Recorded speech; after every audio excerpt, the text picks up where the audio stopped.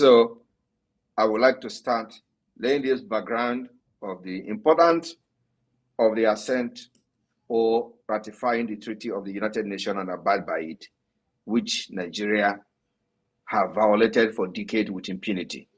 So Biafra will be a better alternative for every humankind who wish to be in a civilized world.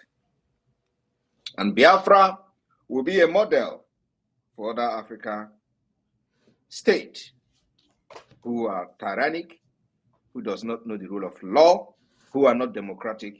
Biafra will be a model for them to learn. So when we ratify these treaties, we will make sure that Biafra become the only African country that will lay a foundation and make a model for other countries to learn. So, and by doing that, it will go a long way in restoring peace, lasting peace in Africa, when others learn how to abide by the rule of law and also how to abide and respect the treaties that you signed into law as a country and as a state. Any country without rule of law, any country that does not respect constitution, that country is bound to fail. And that's why Nigeria has failed. Nigeria has no rule of law. Nigeria does not respect its so-called constitution. Nigeria does not respect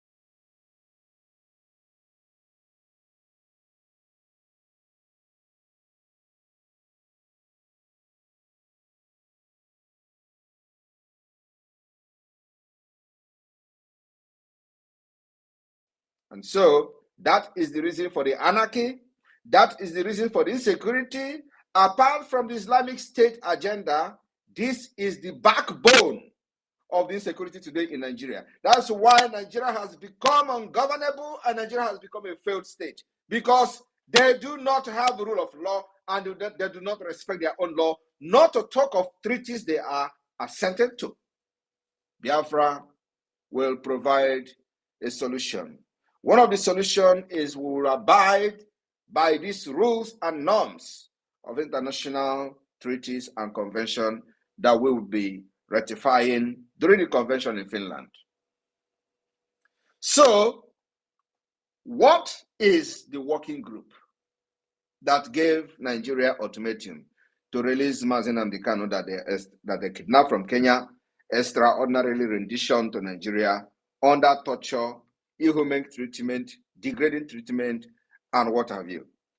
The working group has the mandate to investigate cases of deprivation of liberty imposed arbitrarily and inconsistently with international standards set forth in the Universal Declaration of Human Rights, or international instrument accepted by the state concerned. That is what this working group is all about. The working group investigates alleged cases of arbitrary detention, like in the case of thousands of Biafrans, including Mazi Nnamdi Kanu. They do this by sending urgent appeal and communications to concerned government, just like they have done to Nigeria, to clarify and or bring the attention of these cases, which they did to Nigeria. They gave Nigeria 6 months. The working group also considers individual complaint. So as you are, like those families that Nigeria have killed, murdered their relative, they can also individually file complaint directly to this particular group. Under its regular communication procedure, leading to the adoption of opinions. So when you file this complaint, they give opinions as to the arbitrariness of this detention. In addition, the working group conduct country visit to assess the situation of deprivation of liberty in the country. That is the primary objective of this working group on arbitrary detention that gave Nigeria 6 months to release Mazi Nnamdi Kanu, and also fine Nigeria to compensate Mazi Nnamdi Kanu monetarily. Nigeria violated this opinion of the working group, which is a direct violation of the United Nations Charter on Universal Declaration of Human Rights, which Nigeria also assented and signed into their own law and accepted. They will abide by these rules and regulations that makes you stand firm in the Committee of Nations. So any country that is violating this kind of laws with impunity have lost every legitimacy, including within the United Nations. And this same Nigeria was at the UN General Assembly seeking to become a permanent member. A permanent member of organization that you violate their own laws and treaties. My fellow Biafrans, I just want you to have a little background knowledge about what I'm about to explain this evening, why Biafra is bringing an alternative, not just by ratifying the United Nations International Human Rights Treaties at the convention in Finland, but also making sure that we abide by these laws and treaties to make sure we restore peace and order, because that is the only pathway to peace and order in the entire region. Any country that is violating this right with impunity is bringing anarchy, and that is the reason why there is a lot of anarchy in Nigeria, because they do not respect rule of law. They are nomadic, they are Islamic State. The only agenda is Islamic agenda. I will also need to inform you that many Islamic countries did not assent to some of these human rights treaties. And that's exactly the direction Nigeria is going. Or they are already in that direction. So Biafra is an alternative to restore peace and stability in the Sahel and beyond. My fellow Biafrans that are listening to me today, I want you to understand that there are some of these, at least you are going to hear from me, some of these international human rights treaties of the United Nations that Biafra government will be rectifying during the convention of the Biafra in Finland. My fellow Biafrans, you may need to understand the concept of these treaties and what it bounds to do. What are the indicators of these treaties, which will become one of the backbone of the Biafra government as we pursue the recognition of the government of Biafra after the convention, after the declaration of the restoration of independence of Biafra, and we have formed a legal document from the convention, and this ratification of treaties will form a major part of the document that the Biafra government will form during the convention in Finland. So the indicator referred to as a state, that consent, a state consent to be bound by the human rights treaties under international law. So when you as a state consent to this international treaty, you are bound. You are bound by those treaties to make sure that you stand by that treaties, and by doing so, you restore peace and stability in your country and in your region. The reason for the insecurity today, apart from the kidnap of Mazi Nnamdi Kanu, Nigeria violated that particular treaty. They did not bound by it. So what is the rationale? When a state ratifies one of the international human rights treaty, it assumes a legal obligation to implement the right recognized in that treaty. Do you understand the word? When a state ratifies, like Nigeria ratifies this law, Nigeria, if it's supposed to be a country, under international human rights treaty, Nigeria assumes legal obligation, obliged to implement the rights recognized in that treaty. And what are these rights? Do not commit the crime of kidnapping people, do not commit the crime of arbitrarily detaining people, do not commit the crime of torturing people, do not commit the crime of depriving people their liberty. Nigeria have committed all this crime against the Biafran people, especially Mazi Nnamdi Kanu. And they are still standing on this crime that if heaven is going to fall, let it fall. That's where we are today. We are still settling the matter.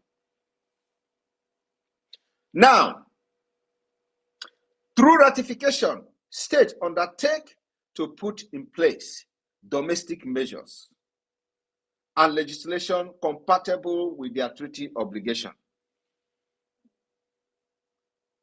The state also commit to submitting regular report on how the rights are being implemented to the monitoring committee set up under the treaty. Now, how can Nigeria now submit a report on how they are implementing this right, which they signed into, by arbitrarily detaining Mazi Nnamdi Kanu, detaining thousands of Biafrans illegally? So they are going to write a report that, oh, you know, Biafrans are agitating, so we catch them, we kidnap some of them, we put them, we distribute them to different parts of northern Nigeria, and they are not going to court. As a matter of fact, we have thousands of Biafrans inside the prison, and there is no trial, and some of them have been there for 20 years. And they will write, is that the report they're going to write to the United Nations? In accordance with the treaty Nigeria signed? The answer is no. They can't even write a report, not to talk of writing what they are doing.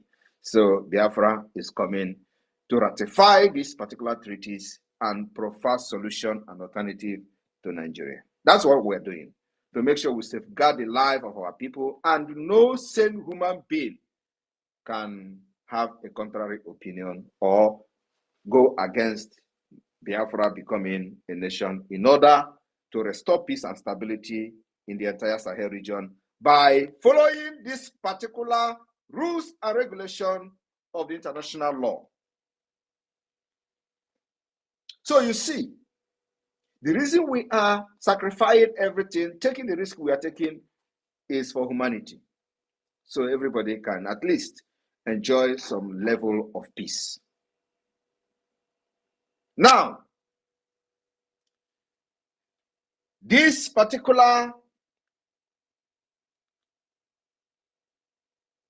concept of the international treaties mandate the state to also commit to submitting regular report on how the rights are being implemented to the monitoring committee set up under the treaty.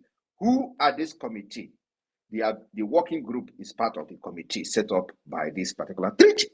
The committee that have mandated Nigeria to release Mazi Nnamdi Kanu, not only Mazi Nnamdi Kanu, but his own case is more of, getting an international attention. Now, this committee, Nigeria, for ratifying this particular treaty, is mandated to submit a report to this committee that they are snubbed, violated their own ultimatum with impunity.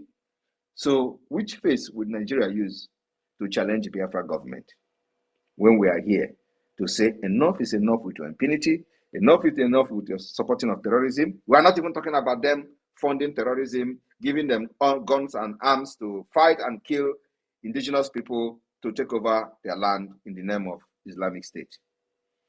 We are not even talking about that yet. We are talking about only the arbitrary detention of innocent citizens, so-called innocent citizens, arbitrary detention of those who were exercising their right protected under this United Nations treaty. That is what we are still addressing. We are not addressing their terrorism and how they are killing people, extrajudicial killings and all that. No, we are only talking about this particular detention of innocent people. How Nigeria violates this law with impunity that lead to the anarchy that you see today. Because the solution to prevent anarchy, to prevent instability, has been laid down in all these principles and treaties that we are going to assent to. And once you begin to violate it, you are opening and creating a loophole for anarchy to come in, because people are going to resist you.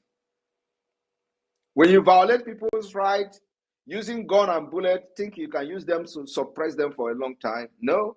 At a point, they will fight back. And that is why I am leading the fighting back against Nigeria today.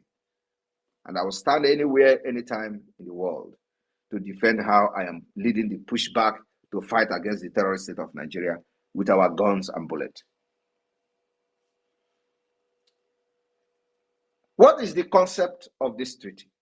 A state party to a treaty is a state that has expressed consent by an act of ratification, accession, or succession, and where the treaty has entered into force, or a state about to become a party after formal reception by the United Nations Secretary of the state decision to be a party.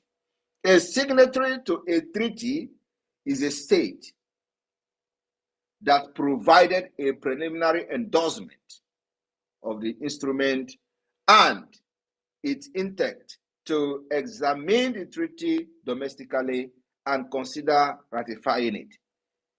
No action means that a state did not express its consent. Nigeria expressed its consent in ratifying these treaties that they are now violating, and Biafra is the only alternative to bring to an end to the impunity. No, so my brother Biafra people, I want to quickly inform the entire Biafra people some of the international human rights treaty under the United Nations that Biafra government will ratify through the convention in Finland on the 2nd of December.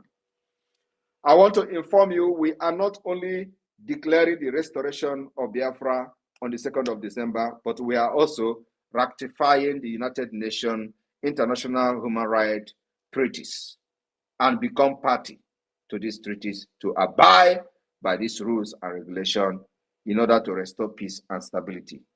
Nigeria have not done that for decades. We are going to provide that solution.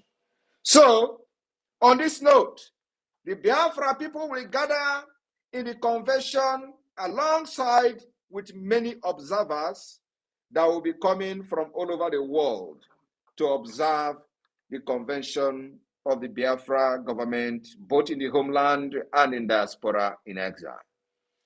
On that day, Biafra will ratify the International Convention on the Elimination of All Forms of Racial Discrimination, which was adopted in 1965. On the 2nd of December 2024, as we declare the restoration of the sovereign state of Biafra, Biafra will ratify the United Nations International Covenant on Civil and Political Rights, which was found in 1966. My fellow Biafrans and the good people of the world that are listening and are very, very sympathetic to the cause of Biafra people, I want you to understand that Biafra will be the beginning of civilization in Africa. We have suffered enough. Our people have been killed, and those who made it alive today should go and thank their God that they are alive to witness this particular history that we are making in this generation. On the 2nd of December 2024, that historic day, Biafra will ratify the United Nations International Covenant on Economic, Social, and Cultural Rights. My fellow Biafrans, I want you to understand what we are doing. For those who think that this is a joke, you will understand after 2nd of December. My fellow Biafrans, on 2nd of December, the Biafra government will ratify and assent to the United Nations Convention Against Torture and other cruel, inhuman, or degrading treatment or punishment. which came into force in 1984. On the 2nd of December 2024, Biafra government will assent and ratify the United Nations Convention on the Right of Child, which came into force in 1989. We are laying this foundation for those who do not understand how Biafra will restore stability in the entire region, to understand that only by the rule of law that sanity will return to the region of the West Africa, largest resources. On the 2nd of December 2024, during the convention that will shape the history of Africa, Biafra government will assent and ratify the United Nations International Convention on the Protection of Rights of all migrant workers and members of their families, which came into force in 1990. My fellow Biafrans, on the 2nd of December, we are not just only declaring the restoration of independence state of Biafra to raise a legal document, but we are also assenting as a government, ratifying the United Nations International Convention for Protection of All Persons from Enforced Disappearance. Today, Nigeria is known for enforcing the disappearance of those who criticize it, who criticize the government, those who criticize the leaders, those who criticize officials. They enforce their disappearance. Just a few days ago, we listened to one of the lawmakers bragging to a taxi driver how he can make him disappear and nobody will talk about him anymore. It happens. Thousands of people have disappeared as a result of them criticizing the government officials. While Nigeria was party to this treaty, they encourage and use their law enforcement agencies to violate it. Biafra is bringing alternative. How can you come against the Biafra government? We are people that embrace the future and innovation. So we are going to abide by this international covenant, international law, and international treaty, making sure that it is a pathway to restore peace and stability. On the 2nd of December 2024, the Biafra government will not only declare the restoration of independence state of Biafra to restore peace and stability in the Sahel region, but we are also going to assent and ratify the Convention on the Right of Persons with Disability. My fellow Biafrans, on the 2nd of December, when you hear them say December 2nd will come, a lot is going to happen that day. It's going to be one of the most important days in the history of humankind. The Biafra government, during this convention on the 2nd of December, will ratify and assent to the United Nations optional protocol to the Covenant on Economic, Social, and Cultural Rights. My fellow Biafrans, on that same day, 2nd of December, the Biafra government will also ratify and assent up to the optional protocol to the International Covenant on Civil and Political Rights. My fellow Biafra people and the lovers of freedom across the world, we are solidifying the legal document that will form the pathway to the recognition of the Biafra as a government, as a state, and then also to bring in lasting peace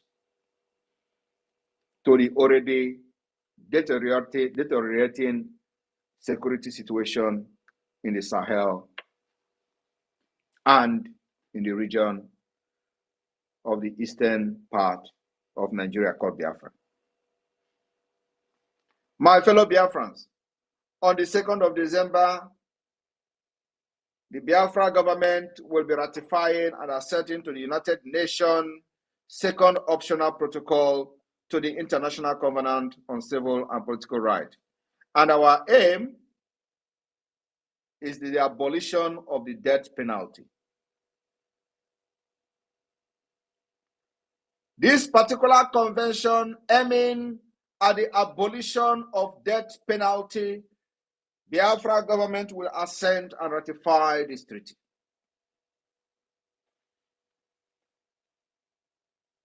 In Finland, where I live, which we have taken models from the constitution and many structure of the government, we do not have death penalty. And here, everybody is enjoying, and the government is working for the people. Crime rate is very low. My fellow Biafran, on the 2nd of December, the Biafra government, during the convention, will ratify and assent to the United Nations Optional Protocol to the Convention on the Elimination of Discrimination Against Women, which came into force in 1999. The Biafra government will ratify and assent to this convention and treaty. My fellow Biafran, the Biafra government, under my leadership as a prime minister, during the convention in Finland on the 2nd of December 2024, will also ratify and assent to the United Nations Optional Protocol to the Convention on the Right of the Child on Involvement of Children in Armed Conflict. We will ratify this treaty and abide by it, not like the Nigeria terrorist state are doing in the northern Nigeria. On this 2nd of December 2024, as we declare raising a document for the restoration of independence of Biafra, the Biafra government will ratify and consent to the United Nations Optional Protocol to the Convention on the Right of Child, on the Sales of Children, child prostitution, and child pornography. Like under Nigeria, these are not crimes. Why Nigeria assent and sign into these particular treaties, they do not even know the value. They do not know the value in the society. They do not know how it helped to shape in society to become a better society like you have in Europe. Like one of the criminals in IPOB, Nigeria, was surprised why Simon Ekpa is making all these utterances in the name of fighting Biafra and nobody is disturbing him. But his uncle shared a nude of a child in Germany, and he has been in the court for the past 5 years. As a Nigeria criminal, this man does not understand that sharing any child pornography is a serious crime. And there is where that particular law was derived from. Under this particular treaty, under the United Nations, the optional protocol to the Convention on the Right of the Child on the Sales of Children and child prostitution and child pornography. He didn't know it's a crime because he is a product of Nigeria. So Nigeria does not respect international law, and that is the reason. That is one of the reasons there are anarchy, insecurity, and all manner of atrocities in Nigeria, and they do not see most of these things as crime. So they come to Europe, they commit these crimes, and they are wondering why police is after them. We will ratify these laws, teach the people what is right and wrong, and make our society a sane and more saner place to live. My fellow Biafrans, on the 2nd of December, alongside other dignitaries that will embrace our convention all over the world, they will witness and observe the Biafra government assent and ratifying the United Nations Optional Protocol to the Convention on the Right of Child on a communication procedure.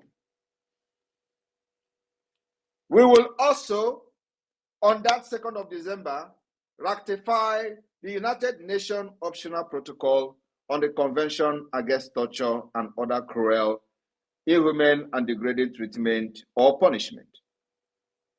The Biafra government will not only do consent to all these protocols, convention, and optional protocols of the United Nations, but also we are going to ratify the United Nations Optional Protocol to the Convention on the Right of Persons with Disability. I want you to understand that there are many international instruments that the Biafra government will consent to, and make sure we uphold this treaty, not just consenting and ratifying it like Nigeria did and other Islamic terrorist states, but we are going to make sure that we follow these particular laws, because it is the only pathway to peace. Once you uphold this law, the rule of law, and abide by the treaties, it is actually shaping to restore peace, stability, tranquility, and all manner of harmony that you can enjoy as a nation. That's the difference between the Europe and Africa. And like I said, because we have come here, there is no other tribe, there is no other nation in the world that is widely traveled like the Biafra people. And not only that we are traveled, we are also in the government in different countries of our residence. We participate in the nation building, and we have learned a lot, and we want to now bring it to build our nation, to make it the beginning of civilization in Africa. I want to stop here because of time. So I will be taking questions, especially from people who wish to ask questions. And even though I have a limited time, but now you have at least a glimpse of the kind of things we are doing or we are going to do during the convention. It is not just about declaring Biafra restoration and all that. The aim of and objective of this convention is to raise this legal document that we are going to use to pursue the recognition of Biafra as a state. And this is one of the pillars of doing that, is by ratifying the United Nations international human rights treaties and getting ready to abide by these rules and regulations in order to restore peace and stability in our region, in our country, and in our state. Thank you very much, the media team. Over to you, Raphael. I have given you a co-host, so Success, you can continue from here. Thank you. Thank you. Good evening, sir. Good evening, Prime Minister. And good evening, fellow Biafrans. All protocols due observed here. All ministers of the Biafran Republic government in exile and the de facto government in homeland, you are welcome to this very press briefing by our Prime Minister, making bold of our steps ahead of 2nd of December. And as you can just hear from him, it is not just go to Finland and make a declaration, then raise a document, start sending to countries for recognition, but also to be part of the legal binding force that binds other nations, which made that very singular forum called United Nations. And there are a whole lot of it, as he has named them here, which Nigeria was in a hurry to become part of. They don't read the treaties, they don't read the agreements, they never read the backgrounds of what they're about to sign. They already signed it because they want to be part of the United Nations and also make part of the United Nations Security Council. And back home, they are disobeying the treaties they sign, which also form the nucleus part of their own constitutions. The centerpiece of their constitution is deriving from all these rights named by our Prime Minister this evening, and they don't even respect their own constitutions. How do they respect an international treaties, which they never read the backgrounds? So, according to our Prime Minister, he has assured us that we shall be part of all these agreements and treaties and bring first-hand civilization in Africa, not only Sahel, but in the whole of Africa, because it is only us that can be able to obligate. Thank you very much. Deputy Minister of Communication, Mazi Raf Ajare. Welcome, sir, and unmute yourself, please. Yeah, thank you, thank you. Good evening, sir. Good evening, my Prime Minister. Good evening, fellow Biafrans and lovers of freedom. You're all welcome to this wonderful occasion of being with our Prime Minister to receive the blessings of Biafra, and we can see how far we are going. And obviously, we are very close home. We are very close home, and I give Chukwu Kabiam the glory. Thank you so much, success, and everyone that is in this space. Please, Prime Minister wants to engage every one of us. As you have listened to all that he has said, please, based on what he just discussed, please bring your questions and go straight to the point. As the hands are being raised, I will respond to you accordingly. Please, as you will finish your questions, you just go down to listening mode so that the next person will be able to come up. First on this space will be Triple M.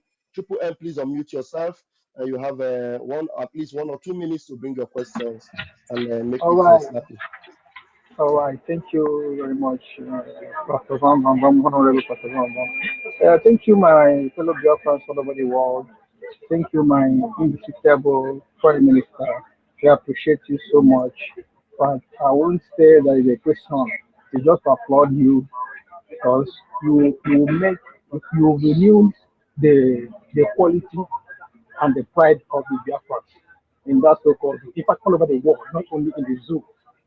But I just want to ask you this question. I know it's not in line with what we are discussing actually, but it's with regards of what the criminal OBJ said during the time they captured our leader, they kidnapped him.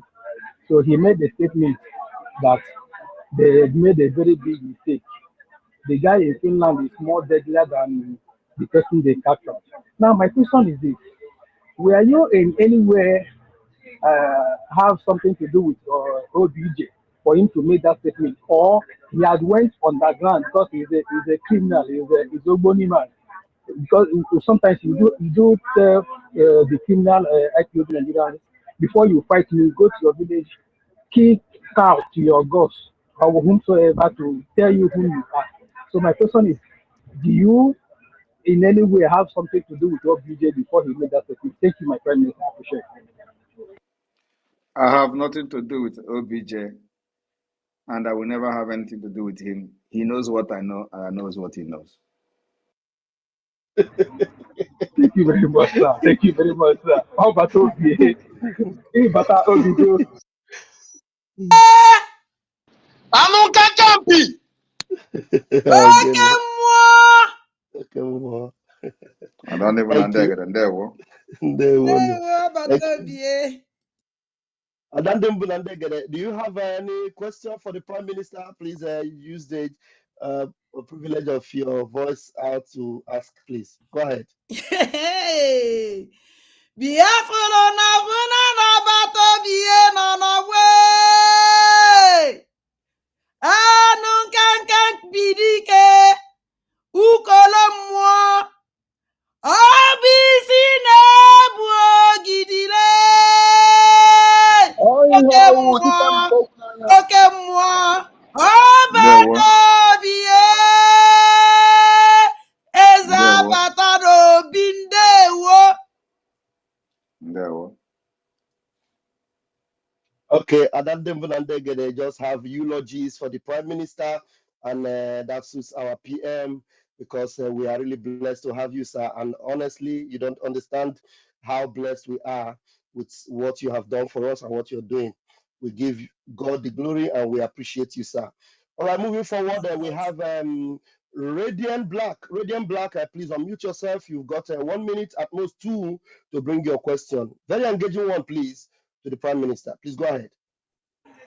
Thank you very much. I'm very happy to be among this, struggle. I must say thank you, my PMB.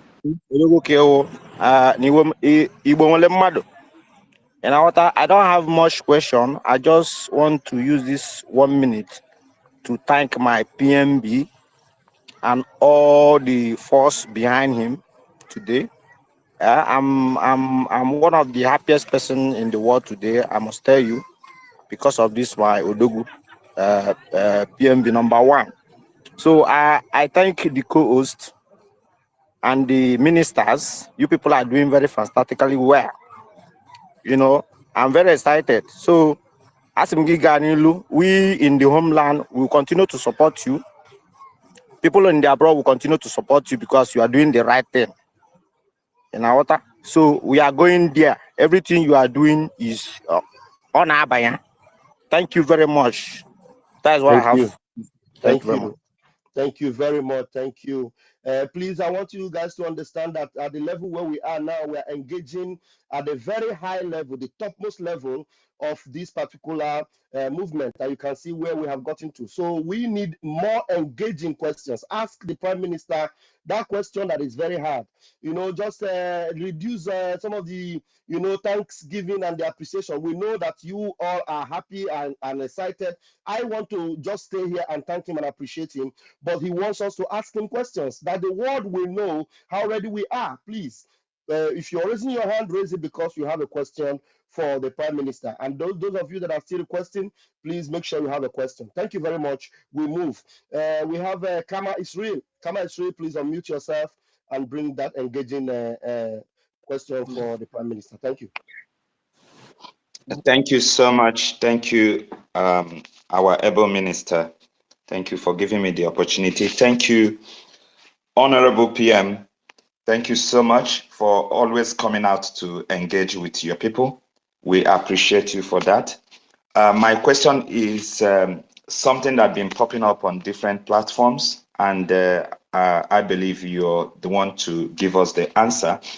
Some people are asking about the dress code for the 5 days program, and I think you can give us an idea so that I can just take the voice to the platform so that people will know exactly what to do. Thank you, sir.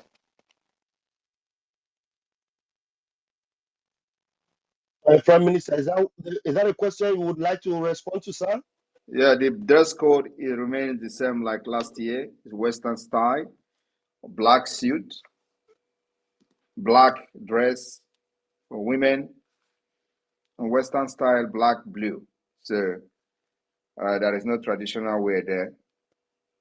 But you can come with traditional wear, and we will inform you through the various, group that will be created for this particular event, for this particular convention. If there is need for traditional wear, you'll be notified. But everybody must come with, Western style, just like last year.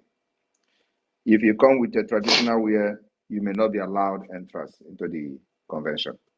It's very important. You must learn how to abide by rules and regulations. Thank you. Thank you, sir. The next one, is there anything like a dinner night again on this convention, sir? I don't know. I don't know if you are part of the if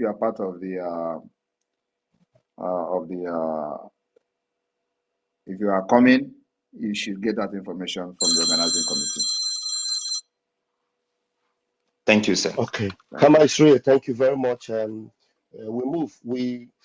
My Prime Minister, I also want to ask a question because you keep us dumbfounded every time as events are unfolding. I want to ask you, sir, you know, you have always been telling us you know when Biafra will come. We will sleep in Nigeria and wake up in Biafra.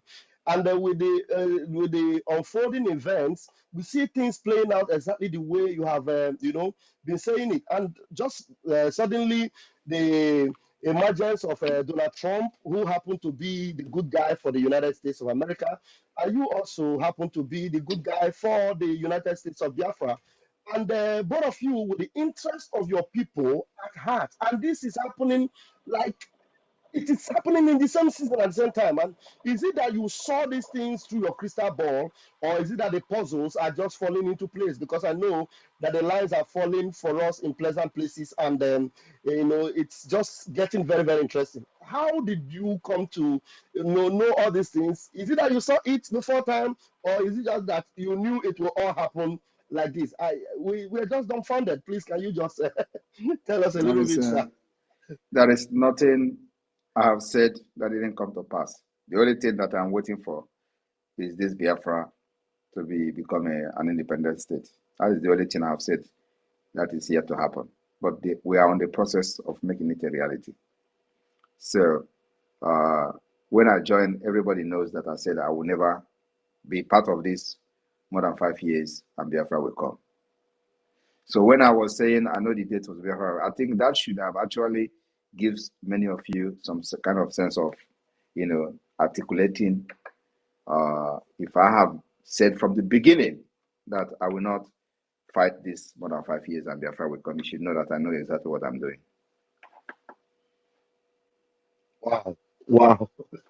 Honestly, we give Chukwu Kadama the glory, and you're just the man for the job, the new sheriff in town, and we can't settle for less. We are so happy. Please, God told me, pronounce it and I will make it a reality. Wow. Ukolo mmụọ na-apụ apụ ka ịwụ nna m, jisi ike Chukwu gọzie gị, jisi ike. Honestly, thank you. Please, Mazi Success, just know that if you have you want to interrupt me, just go ahead at any given time. You are always welcome, sir. There's no problem. Just go ahead. I'm listening. Okay, sir. All right, we move. Mazi Onyeka, please grab the mic and let's hear you. Thank you for having me. All protocol duly and humbly observed. More jog. Agaba do. My question is this: today, I was engaged with some poorly informed Biafrans in a conversation regarding the convention, and one of them raised the question that only the international community have the right to declare Biafra. Say you are poorly informed. That our Biafran people have the right to give mandates to our prime minister to declare Biafra and wait for international community to recognize, countries to recognize. And we don't need much. So I want to be sure that my answer I gave him is correct. After the declaration of Biafra, which the Biafra people have given you the mandate to do so, after the declaration on December 2nd, how many countries we need for recognition before we can be a sovereign state? That is my question, sir. Thank you.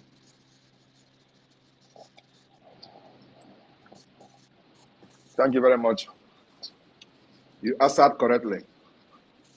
Thank you. Thank you so much. But let me tell you, it is not about how many countries that you need. You can have all the countries in this world and they still don't have your freedom. Okay. You can be recognized by 20 countries and still you don't have freedom. You know why? No, sir. Because there are countries that once they say yes, others follow. And there are countries that when they say yes, others will not follow. And if they say no, even if you like, carry everybody along with you, you will never go anywhere. And that country is America. Absolutely. That is why it is very important that we educate the foreign policy makers and decision makers in the United States to understand that Biafra will be the solution to the instability that they have pumped billions of dollars for many years in the Sahel and beyond. So Biafra, we are presenting Biafra as a solution, which is exactly what it is. That's why we focus on educating them. Now, in the past, they will tell you there is nothing to show that you are actually, somebody is making noise. Can you stay muted, please? Please, whose mic is open? Onyeka, mute your mic while you are listening to the PM, please. In the past, all you do is noise, agitating without a structure, agitating without a foundation, agitating just making noise, political pressure group. So nobody will take you serious. But they know that indeed Nigeria is not designed to prefer the kind of solution that will put a stop to all the things going on in that region and beyond. So there is need for an alternative. But all the people that are bringing this alternative have not demonstrated the readiness to take that particular responsibility. So that's what we have done differently. So you need America. Once America goes, every other person follows. You will agree with me that during the Biafra civil and genocidal war, we have 4 to 5 country recognition. Did it give us independence? The answer is no. Did it make the United Nations recognize Biafra? The answer is no. But we have 4. And these 4 countries, or 5, are all members of the United Nations.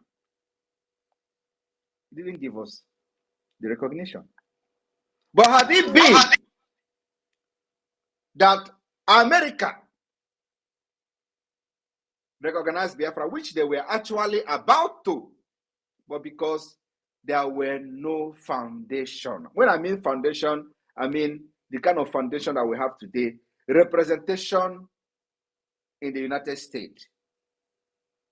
A visible and good representation in the United States like we have it now. It does not exist. It didn't exist then. So there was no representation. But Nigeria is present in the US, so they know whatever that was going on, but Biafra doesn't have privilege to those information. So when America was turning its back on Nigeria, they begin to pressure the Biafra side to embrace peace and give up the fight. So it was actually a scam that Gowon did to Effiong. Because Effiong did not know what America was thinking, because there was no representation. Today we have representation and we have voice and in Washington, D.C. We have voice in the Congress. And that's exactly what we'll continue to educate them in the Congress to understand that that particular problem of 1960 has tripled. And there is a need to put a stop to it. Not only for the interest of Biafra, but for the interest of the United States and for the interest of the West, which will be in turn benefit Africa. So it is a win-win for everybody. How will you not abide and agree by that? So my brother, what we are doing in Finland is to generate this legal instrument, legal document. Like if you have been listening from the beginning, I was mentioning some of the international treaties, human rights treaties, the United Nations human rights treaties and convention that we are going to ratify and assent in Finland during the convention to be a backbone for this legal document, including the result of the self-referendum, including the declaration document, including the constitution of Biafra people, and many other things that will be adopted. This whole thing will form the legal backbone and the legal document for Biafra government to pursue the recognition from the top, from the United States Congress, United States Department, and we educate them until they understand that Biafra is the only solution. As that is happening, we'll continue the eviction of Nigeria in Biafra land. Nigeria can never survive me. Thank you. Thank you so much, my Honorable Prime Minister Mogisto Ebus. Thank you.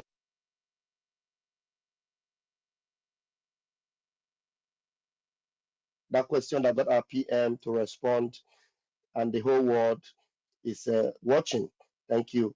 All right, please, those of you that are in the space as a speaker, you need to raise your hands. When we finish attending to the hands that are up, we will change the room with those that are waiting to come in. Rage and Fury, please grab the mic. All right, thank you very much, my honorable minister. I hope I'm coming out loud and clear. Go ahead, my. All right, thank you very much. I will ask a brief question. First, let me greet my Prime Minister, His Excellency Prime Minister Simon Ekpa for us, the Biafran people. I am an Isoko and Urugu speaking Biafra, and I am proud of my Prime Minister. I am proud of my Biafra. And before I go forward, let me say, do you see this, my son, as I say, after you have done what you do best? Do you see satisfaction on our faces as you decide for us to be free? You don't think it's much, but to us it means the world. We wake up every morning and wish you were there. You don't have to lie to gain our trust. You will always have your people trust. We always love you, Simon Ekpa. Your every contribution makes our lives a little bit safer every day. You are the hero. You are the hero. Thank you very much, my Prime Minister. That is a song from my mentor, Lucky Dube. I just changed some of the weddings and I feel like I should do it for you. My question is very simple, sir. Like from the beginning, you made your submission and you told us about some of international treaties that we are going to assent to, and you made us understand that Nigeria even assented to some of these treaties. So my question is, when a country or a nation that is part of this treaty that assented to these treaties break them, you see that the international community doesn't have the power to punish that nation, because here in Nigeria, most of these treaties have been broken by Nigeria. And my second question is, how do you know that Donald Trump is going to be the next president? Because before campaign, you were the one that said Donald Trump is going to be the next. And we followed you. To my amazement, 2 days ago, Donald Trump is today a president. What is happening, sir? Because sometimes when you make some exposition, I'll be scared that this is our prime minister, no go put us for trouble one day. You understand? At the end of the day, what you talk will come to pass. What is happening, sir? Thank you very much. I am Regent Siri from Isoko speaking, Biafra. Thank you very much. As you know, I'm a very strong Christian, and I believe in God. So that is what we call divine mandate. When you are in a divine mandate, everything you do works for you. Even if they are against you, they will turn and work for you. And that's why I said, God told me, pronounce it, and I shall bring it to reality. If you watch, that is not to say when I was a Nigerian, when I was in Nigeria, Nigeria is never something that God favors. You see all their nonsense pastors, they will be making nonsense predictions saying they are doing prophecy. They will tell you one thing, and if it mistakenly falls into that, they will be using it to share to their congregation. You see, I said it. Our own, consecutively, I talked about our prime minister in Finland. He became the prime minister. I supported him. I talked about our president in Finland. He became the president. I supported him. I told you the next is Trump. I supported Trump. I was one of the first person that endorsed Trump as far back as 2023. And it is on Google. It is on Wikipedia. If you go to the list of those that international politicians that endorsed Donald Trump, go to international politician, my name is there on the list as people that endorsed Donald. It is in the media. You can search and Google it. It's in news. Nigerian news reported it. Some international media reported it. My endorsement on Donald Trump. I believe that because I am on a divine mandate, so God direct me how and what to do and when to do it. Not like when you are in Nigeria, you are fighting a wrong fight. If you are predicting on behalf of Nigeria, you are in the wrong side. Every of your prediction will fail. But when you are in the right path, and in the right mandate, everything will fall into place. Now, just check it from the beginning till now. There is nothing I have said that I have not had, including the kissing of dust of our enemies. They are falling one after the other. You may also understand that the one that I posted the picture a few days ago, the criminal Ejiofor have confirmed, is a native doctor to Ejiofor. He's the one doing all the juju for Ejiofor in Anambra. They call him Odanike. He was the commander of ESN. They recruited him immediately the same as in Americano. He became an Ebubago person, become AVG commander in Anambra, killing our people. Today, he is gone. Now, I tell you that many of them will go down before December 2nd. So what I'm trying to say, to answer your question, is that I am on a divine mandate. It is not just about Trump. Trump is a president. Trump is not going to single-handedly make decision on Biafra.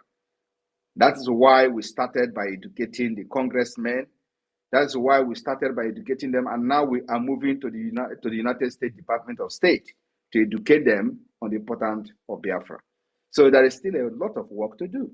But you know, the beginning of the work will even start more immediately after the December 2nd, because we need to have this legal document to be able to be ready ahead of what is to come. So a lot of work needs to be done, and we are doing that. So Donald Trump is just President Donald Trump.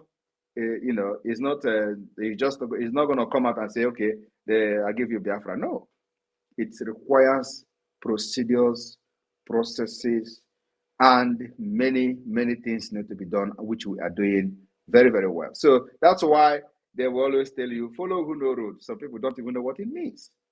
If you do not follow who know road, they will lead you to your, I don't know what it's called, but maybe you go inside the evil forest and you never come out again.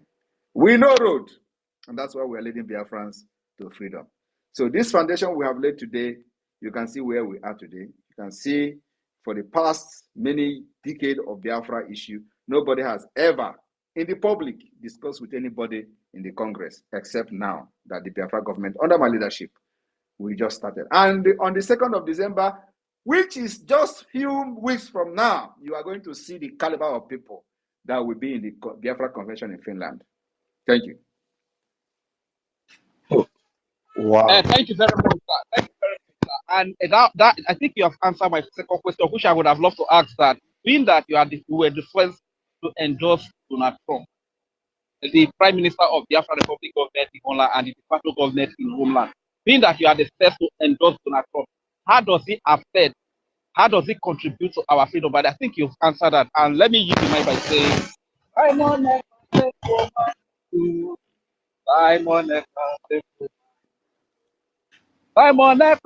for my radio, Simon, for my no jano, Simon, for my Simon, for my roof, for my Simon, for my. Thank you very much, sir. Thank you, Thank you very much. Rage and Fury. Thank you for all you do. Thank you for your commitment and your service. Blessings. All right, as we move, I welcome our fellow media person in the Biafra government, our own Betty Ford. Mommy, grab the mic. You're welcome. Thank you so much, my wonderful Prime Minister. I thank you. I love the way you started this program. In fact, I am very, very happy. Sorry, my people. I thank all of you for gathering and coming around whenever we are on the air. Thank you all so much. I appreciate all of you. My PM, I will call you this name. I don't care what people think. You are the Jesus of our time. And I thank you so much. I'm very proud and happy to be working under you. You have really thrown the light and it is shining. There's a question. Well, I won't call it a question, but it's just to make reference to it. On the X, I saw Nigerian government appeals to Donald Trump to distance himself from Simon Ekpa freedom agitation. Whether they said it or not, they don't know that America came by agitation and by fighting as well. Is there anything you can throw a light on that very comment? if at all it is true.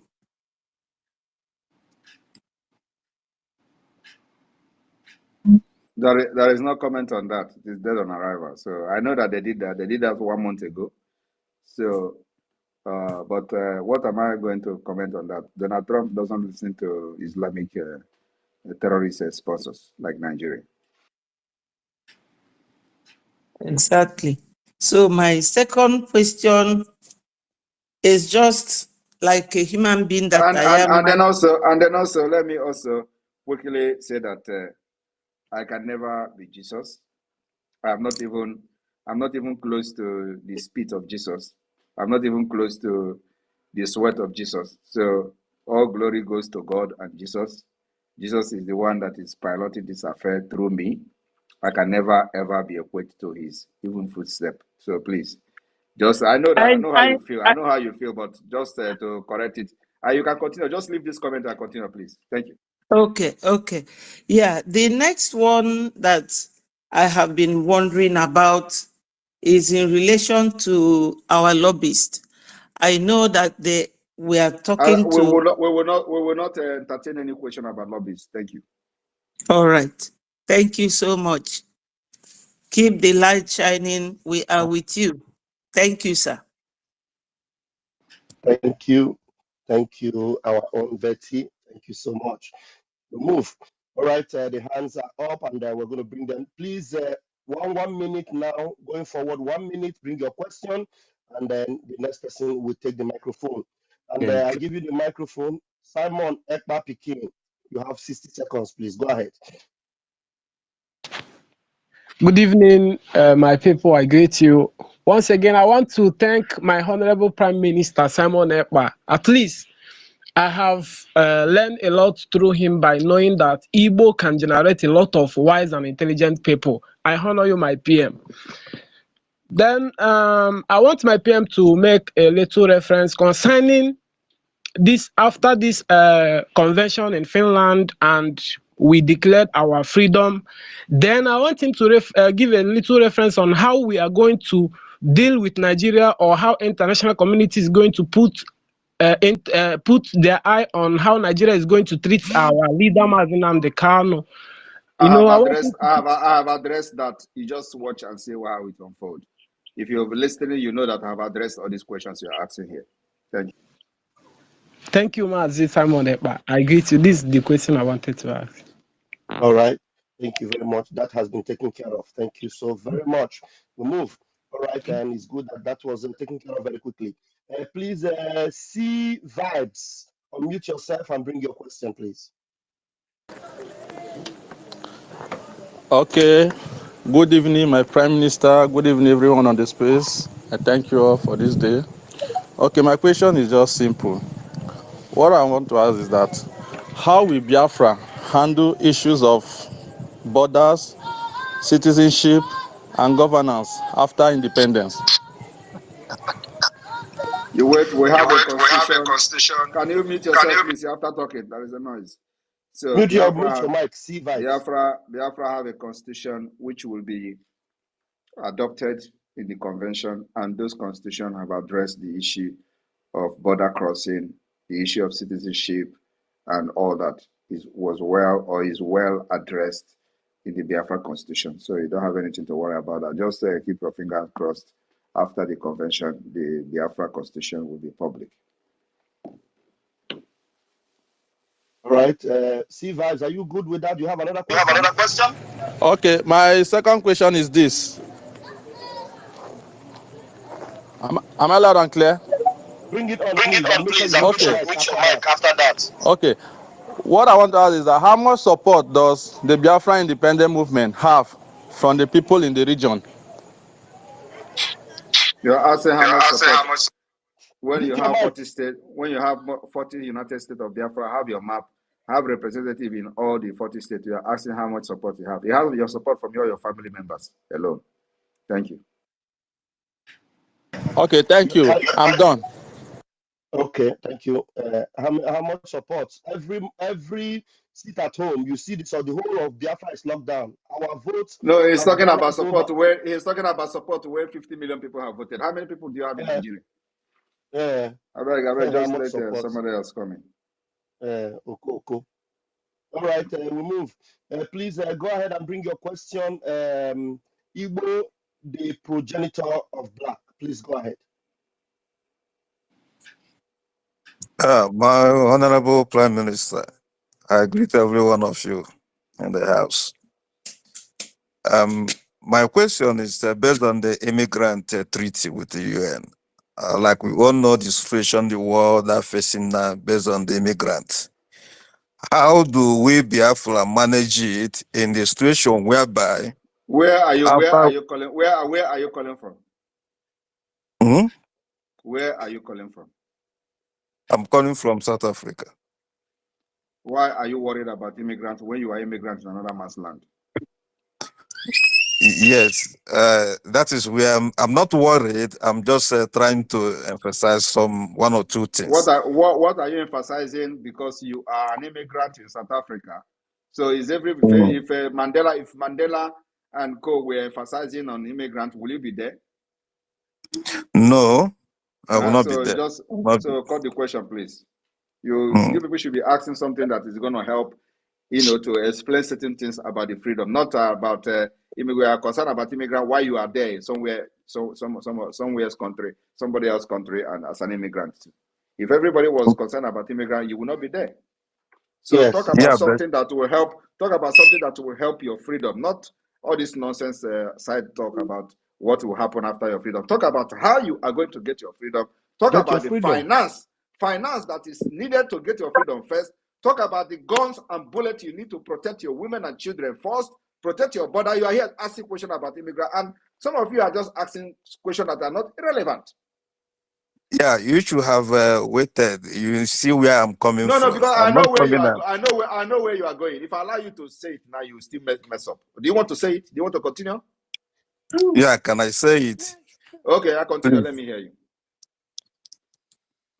Yeah, where I'm going for, I'm going through based on because of what we have in the Islamic jihadists. Do we have a situation where we have to checkmate them so that they will not use those avenue to chip into us the jihadists that will Okay, come and become close with them. have you finished? Yeah, that is the angle I want to chip in. Okay, you see, you still mess up. That's exactly why I stopped you from the beginning, because Nigerians are criminals. Nigeria breed criminals. Yes. So if Nigeria breed criminals, South Africans are worried about the criminality of Nigerians. Will you be there in South Africa? No. That's why I asked you to leave that talk. Now you have said it. Exactly the same thing I was thinking you are going to say is what you said. You said you have something different.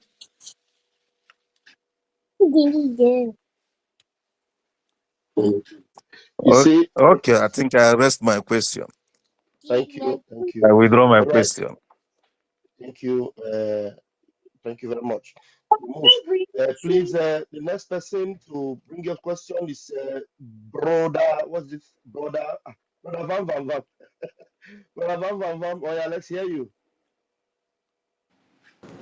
Good evening, sir.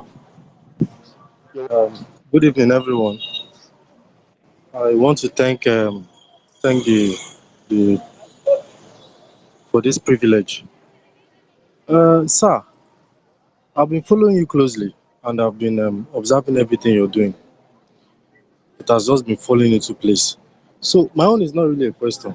It's like an appreciation and also a soft reminder that you should please help us with a continuous update, because we here, that is what we are feeding on.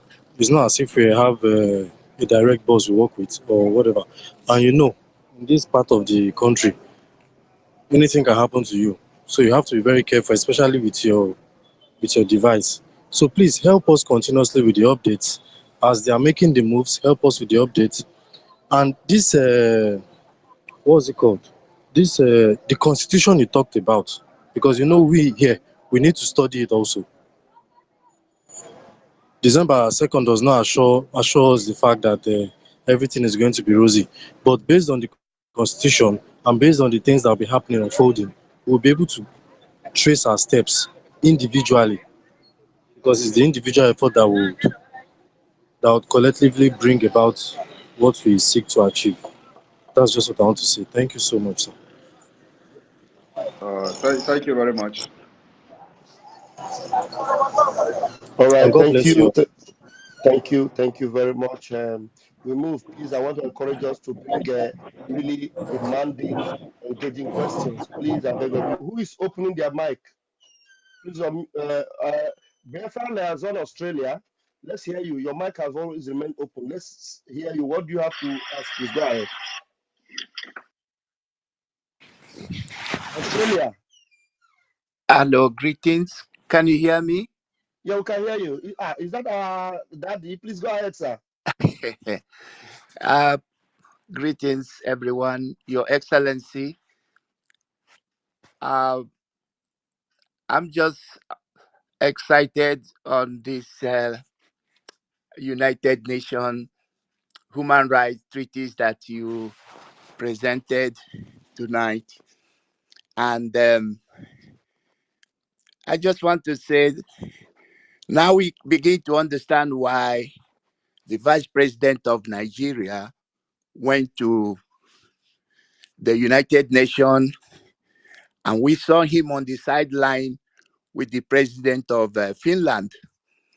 And when he got back home, the news media was twisted the whole thing and saying that the reason why he had the president of Finland on the sideline was to ask him to support Nigeria to become members of the United Nations.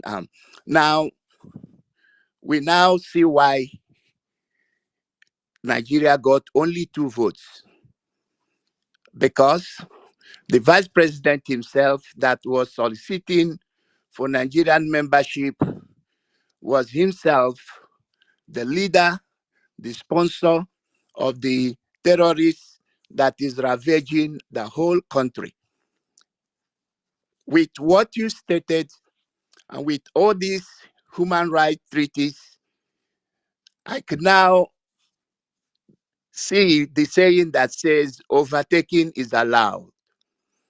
Today, it has become clear to the world that United States of Biafra has overtaken the zoo called Nigeria.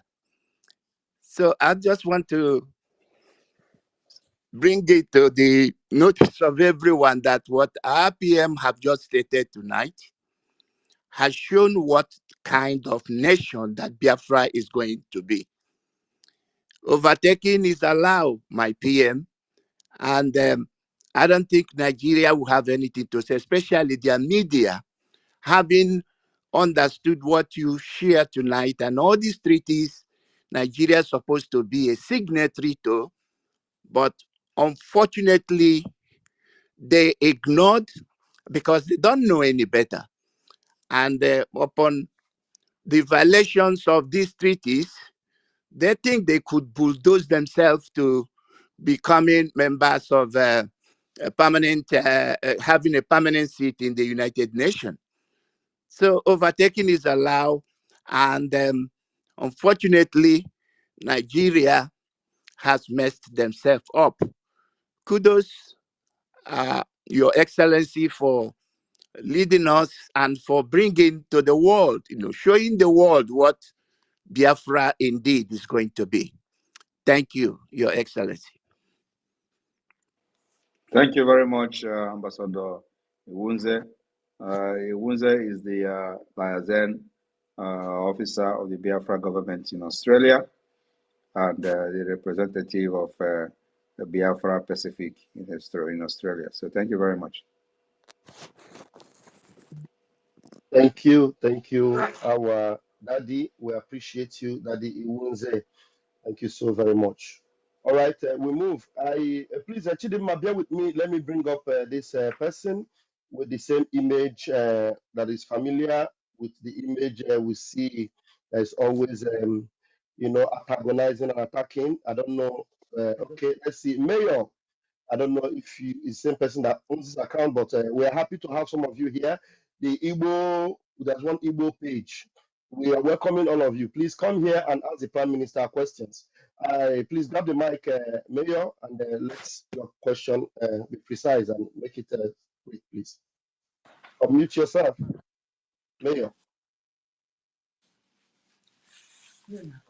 Mayor, we're giving you the microphone. Unmute yourself and go straight to the point.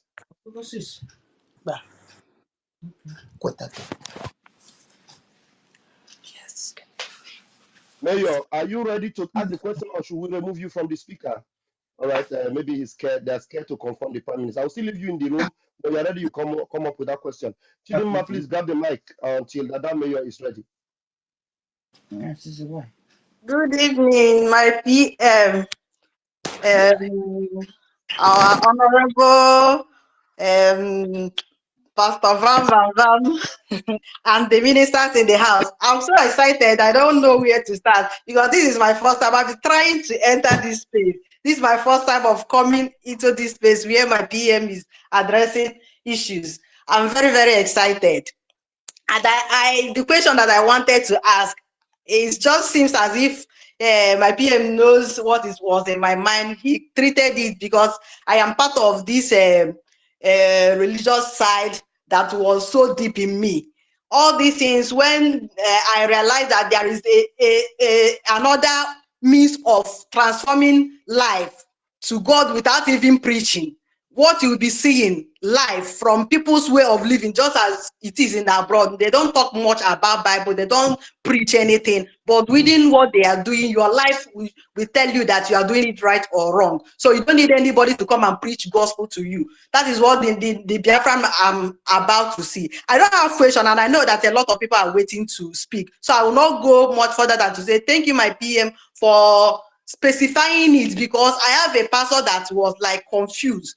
She was very distressed about how, like, are we worshiping human beings? It started from our leader, because when we used to say, nah, they can, is another savior. All these things sometimes it scared them, as if to say that we don't realize that there is God, who is not human being. But you have just said everything about this. Maybe if some people are like being afraid or being confused about, are we not noticing God again? And you know, you are aware, and we are aware of our leader Nnamdi Kanu, and your own way, as in he used to pray like pray, but your own is not, but you do more than we are seeing it in your action. The prayer is in your action, even though that our leader used to pray and all this, but your own, we are seeing it in your action. Yet these people are still like, they are like still confused somehow, as in, are we worshiping human being? Are we taking him to be our God? Even from my own side, I've seen many times when I do a post, people will say, worship, what, continue worshiping him, he is your God. I say, we are not what is not, nobody is God, and you have specified it today that you are not Jesus, so you don't even reach it. Thank God for this, because I'm happy to hear this, so that this particular this thing will be cut off to share to those people that are scared. Even when they say end time, they are like, this is what we are saying. You know, people will be against Christ. You have specified in my PM. I'm happy. So that was the question that I would have liked to ask. And before I go off, because of time, I would like to sing this song. People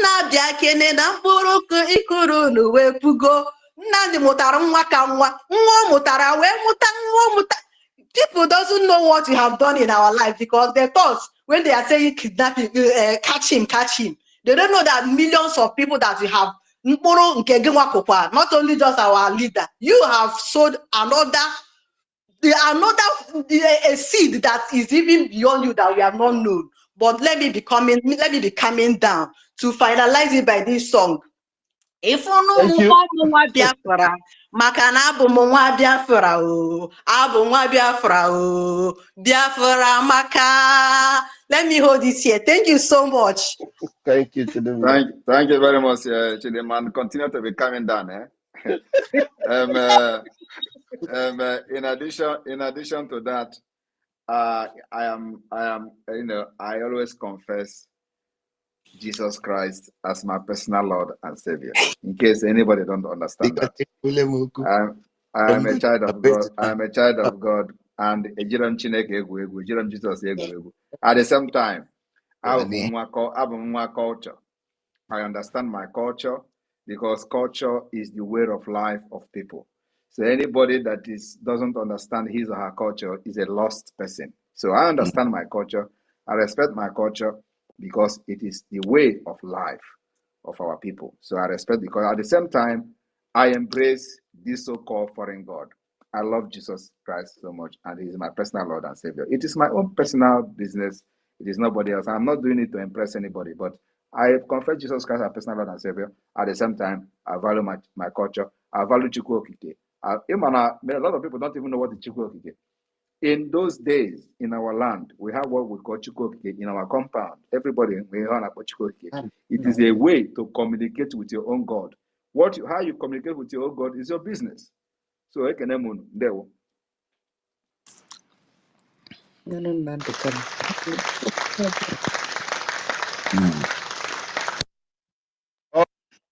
Thank you. Thank you, our able Prime Minister.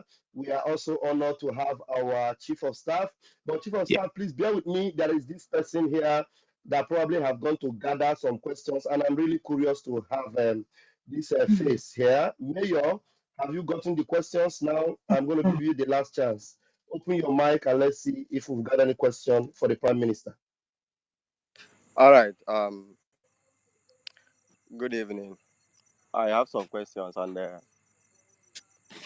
some sincere questions I will need answers. All right. But make sure you go straight to the point. Go ahead.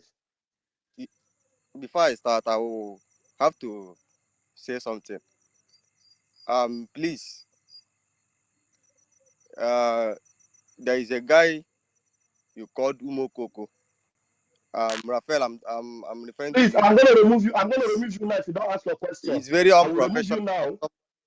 Who claims to be representing people to call someone Umokoko when you think that person asked a sincere question.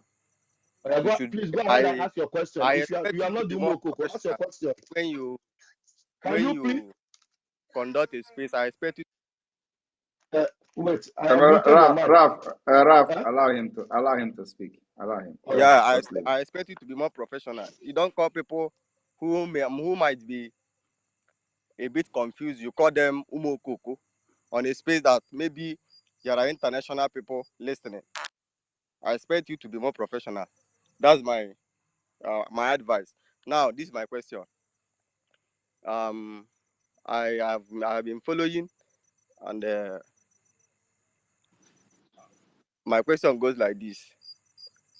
I have seen there are some situation here whereby there is an attack on the military personnel, and they invade villages, burning homes and markets, maybe abducting innocent youth.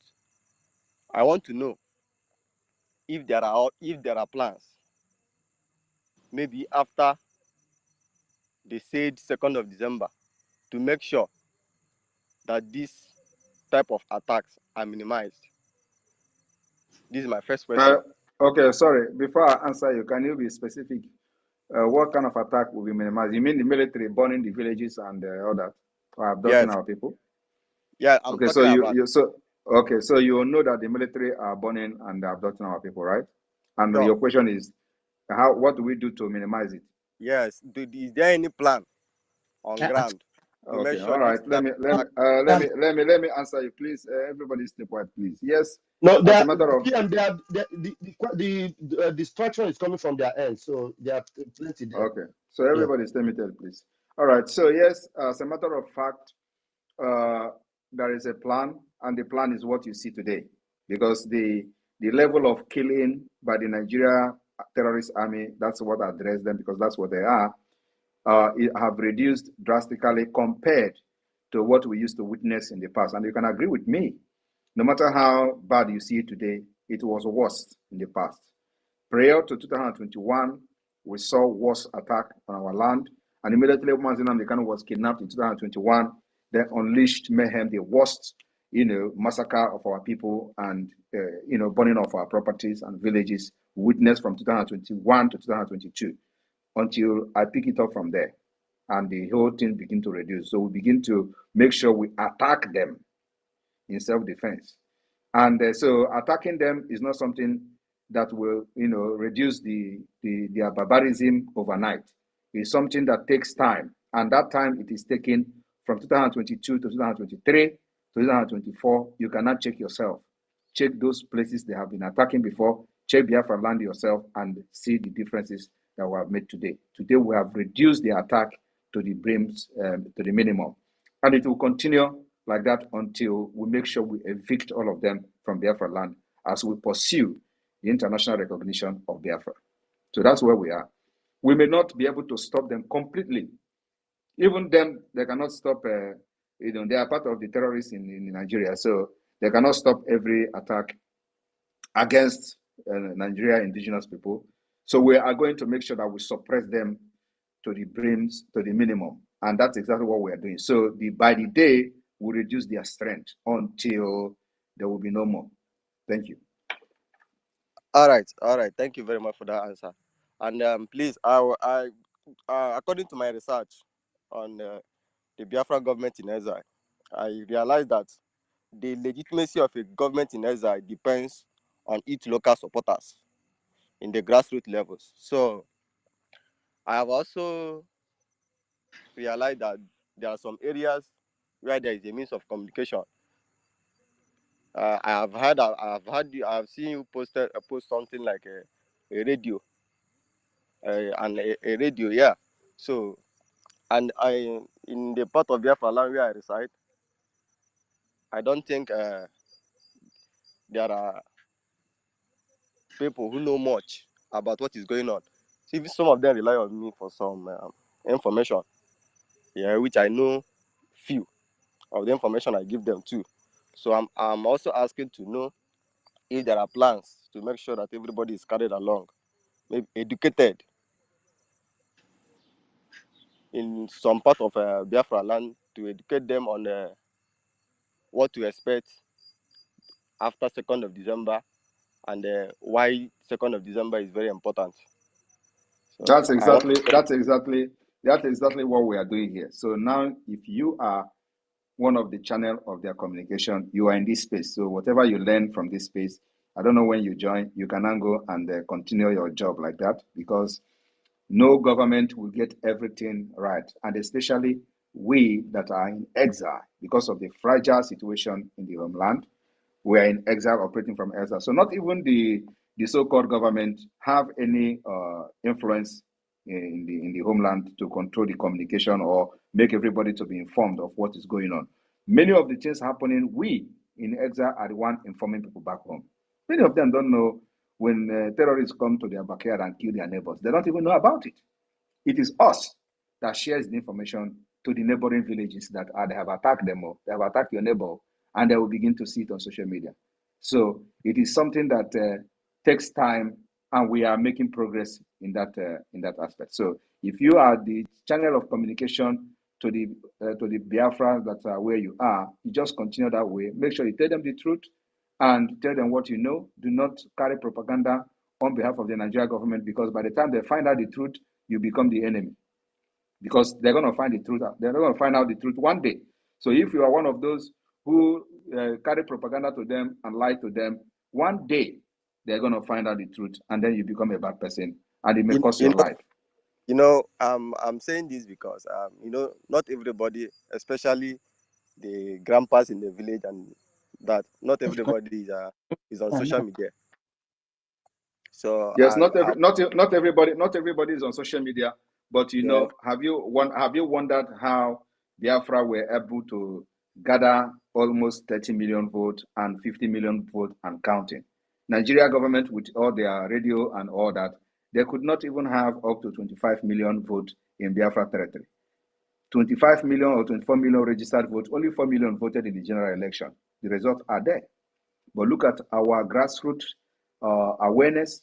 We have 40 United States of Biafra. In each state, we have 15 counties. These 15 counties of each state have been occupied by county head. And in these counties, we have in each county 5 districts. These 5 districts have also been occupied by district head. And in this, it means that we are also in the grassroots. So Those people that are lacking information are those who are not interested or who are not interested in the Biafra struggle until now. So now they begin to pay some kind of interest because they see the direction where we are going and they are looking for information.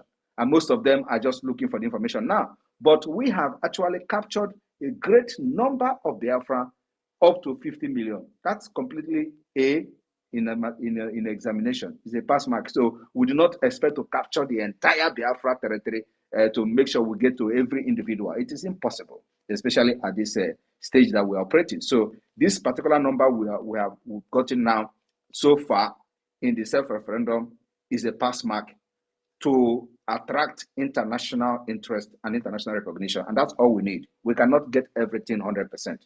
You understand what I'm saying? So with what we have done so far, we give credit to ourselves and then push it to the next level, which is now making this particular self-referendum, using it to generate this legal document, including the ratification of the United Nations, different international human rights laws, make it a legal document and begin to push for international recognition of Biafra.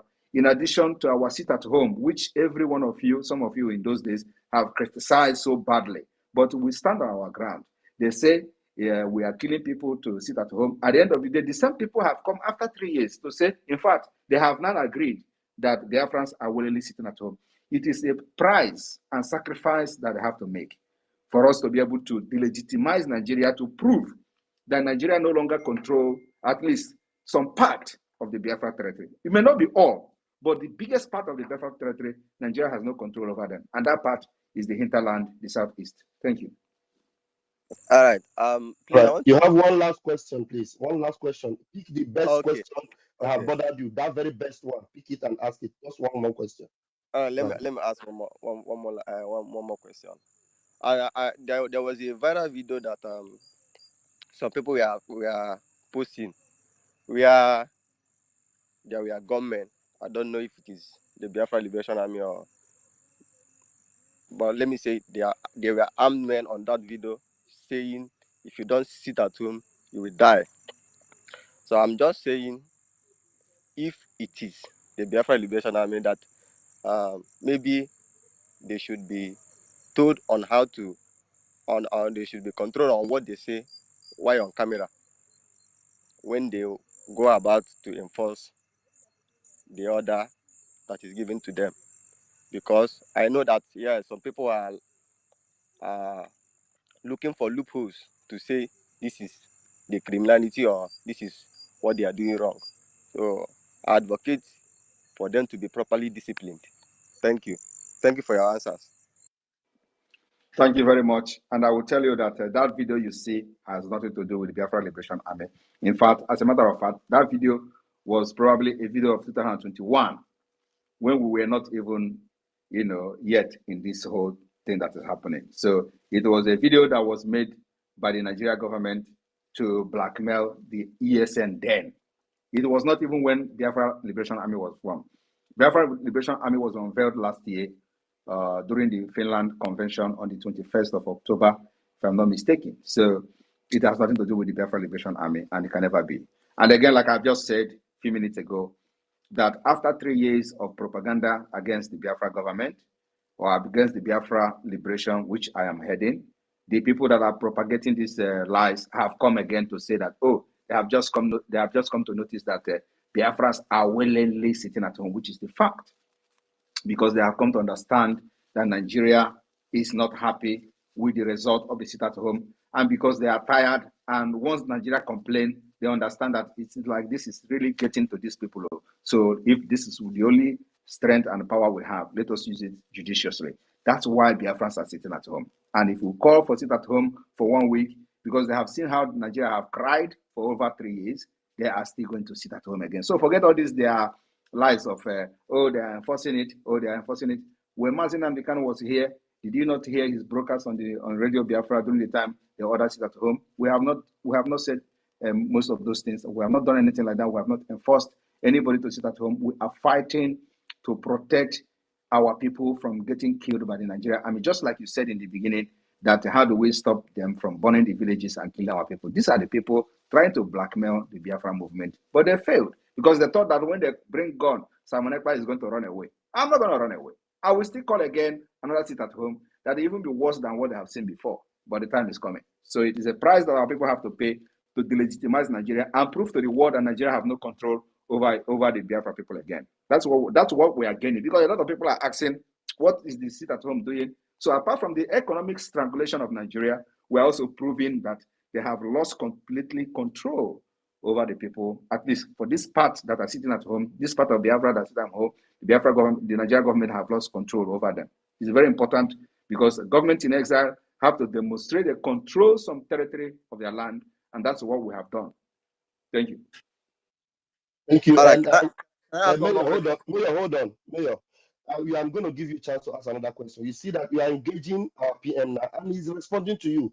So for those that are still waiting to ask questions, these are the kind of questions that have been bothering you, and you have been listening to all the propaganda and lies. Now the PM will respond to you. And I will not call you a Coco if you are very reasonable with your questions like this. So please bring up that question again. Another one. Who's another one that is very hard? Please, who is talking? Who is talking?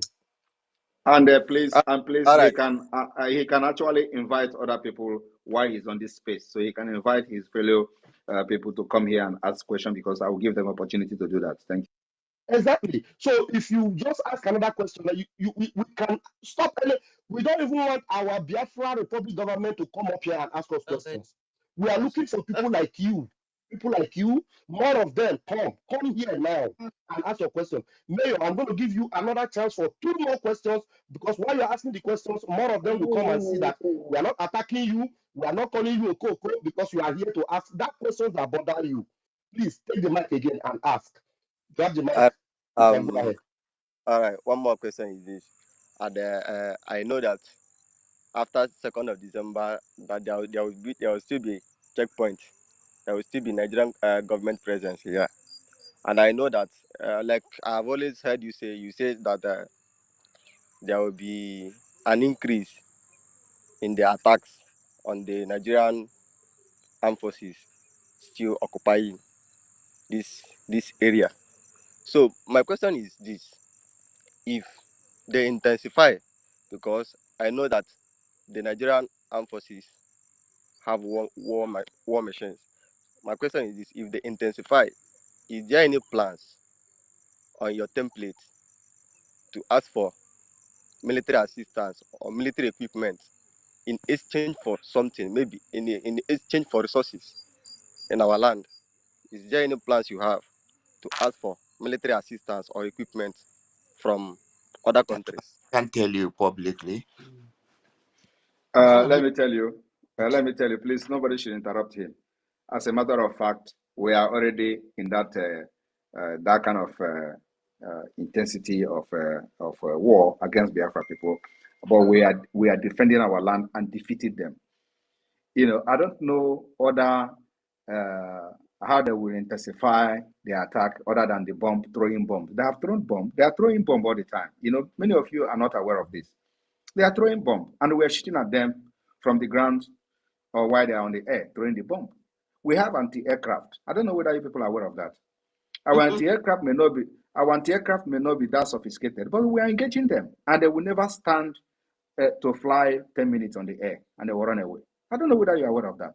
We have sophisticated anti-aircraft too that we're using to engage these people. So ask people in Imo State to tell you what is going on. And that is a reason for why this whole thing is happening in Imo State. And you may not, I don't know whether you're aware of that, but like Mazi Nnamdi Kanu said, for those of you who may not like Mazi Nnamdi Kanu because of what you claim the way he was preaching his own, he said that Biafra will come from Imo State. And there was a reason for that. It is beyond spiritual, but at the same time, the reason why Hope Uzodinma was installed in Imo State was to continue the Islamization agenda against the conquest of the Southeast, and then they will spread to the South. So in order to stop that, we must stop Imo State, Nigeria representative in Imo State. And that's where the whole thing is happening. So for those asking, why is this thing happening in Imo State? It is happening not only in Imo State, it's happening all over Biafra land. But where it is more defined is in that Imo State, where they have installed their, the point, their cardinal point, which their is strong man. Their strong man, which is the cardinal point now where they will use to spread to other parts. So we must engage them and eliminate the presence of Nigeria from Imo State. That's why it is happening there. But having said that, yes, we are ready for anything. I mean, anything to make sure that we protect the life of our people, our women and children. Those life of our women and children are the most important thing for us. And that's why we are doing everything. So we are going to do everything and anything possible to exchange whatever natural resources in exchange for arms and ammunition to protect our land. We're ready for that. But let me tell you, we may not even go to that extent. Who is making this noise, please? I don't know. I'm looking for the mic. I don't know which mic. I don't know which mic is making that noise. Honestly, I don't know. We are ready for anything. And let me tell you, we may not even go to the extent of saying that we need more weapon. Everything is not about weapon. Everything is not about gun and bullet. The only reason we are carrying gun today is just to make sure that they do not come and burn our villages like they are burning before. They do not come and kill our people like they are killing before. That's the only reason we have these guns. So it is not to go to fight and liberate ourselves or to fight and break away from Nigeria. No, we are not fighting to break away from Nigeria. For us to fight for break away from Nigeria, we need jet, we need armor tank, we need all those things. We're not fighting to break away from Nigeria. We're only fighting to defend ourselves, to defend our women and children from getting killed like a chicken like they have done in the past. That's the reason we have gun. Our gun is not to break away from Nigeria and declare independent state. No. Our gun is as we are pursuing the diplomatic. Who is making this noise? I need to mute. Let me mute everyone. Maybe it will help. Okay. I think, all right. PM, go ahead, sir. All right. So that person is still talking. Oh, how manage? Who is this person? Who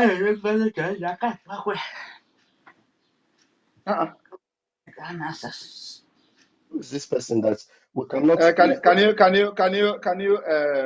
Where is our Australian rep here?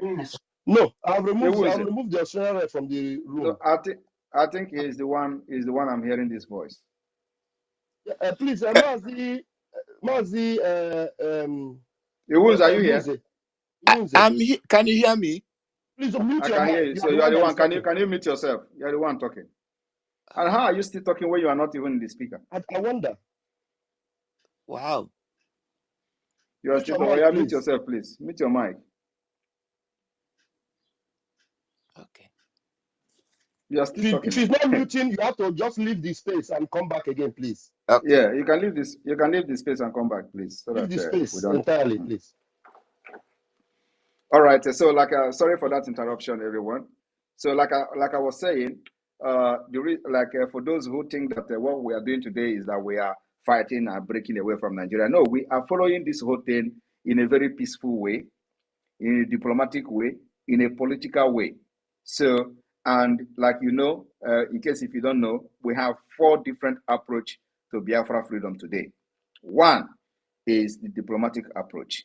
2 is the political approach. 3 is the civil disobedience approach. And 4 is the armed struggle approach, which is for the self-defense and the protection of Biafra land. So those thinking that we are going to start shooting gun after December 2nd, you are very far from it.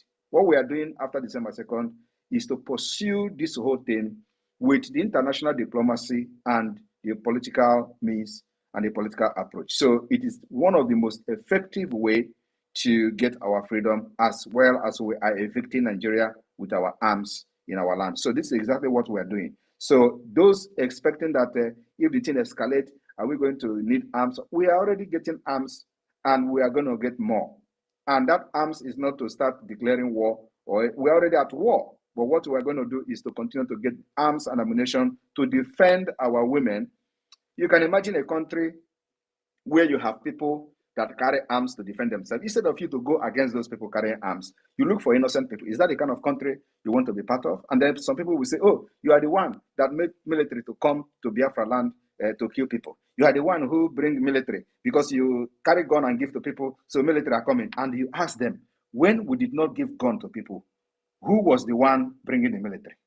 What was the reason the military coming to kill innocent people in the playing ground in Aba?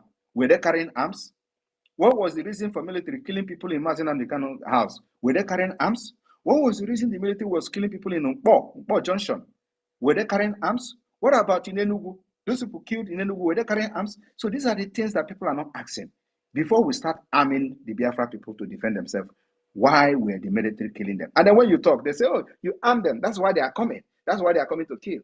My brother, my sister, I want you to know today that if we did not arm Biafra by now, not even your village will be safe. They will come and kill, just like they did in Okwama community. They came there and they leveled. In Bayelsa. It is not only this government. Obasanjo did it.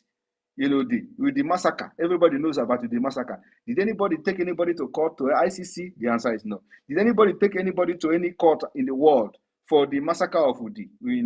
Nobody. So how long will we continue to live in a country, and how long will people continue to defend a government that kill its own people in the name of looking for criminals?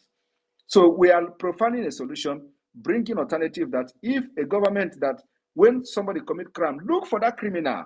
If somebody carry gun and say he's a criminal, look for him. Do not go after his family members. Do not go after his siblings. Do not go after his community because somebody is a criminal in the community, and then you kill the entire community. Is that the kind of government anybody will be proud of?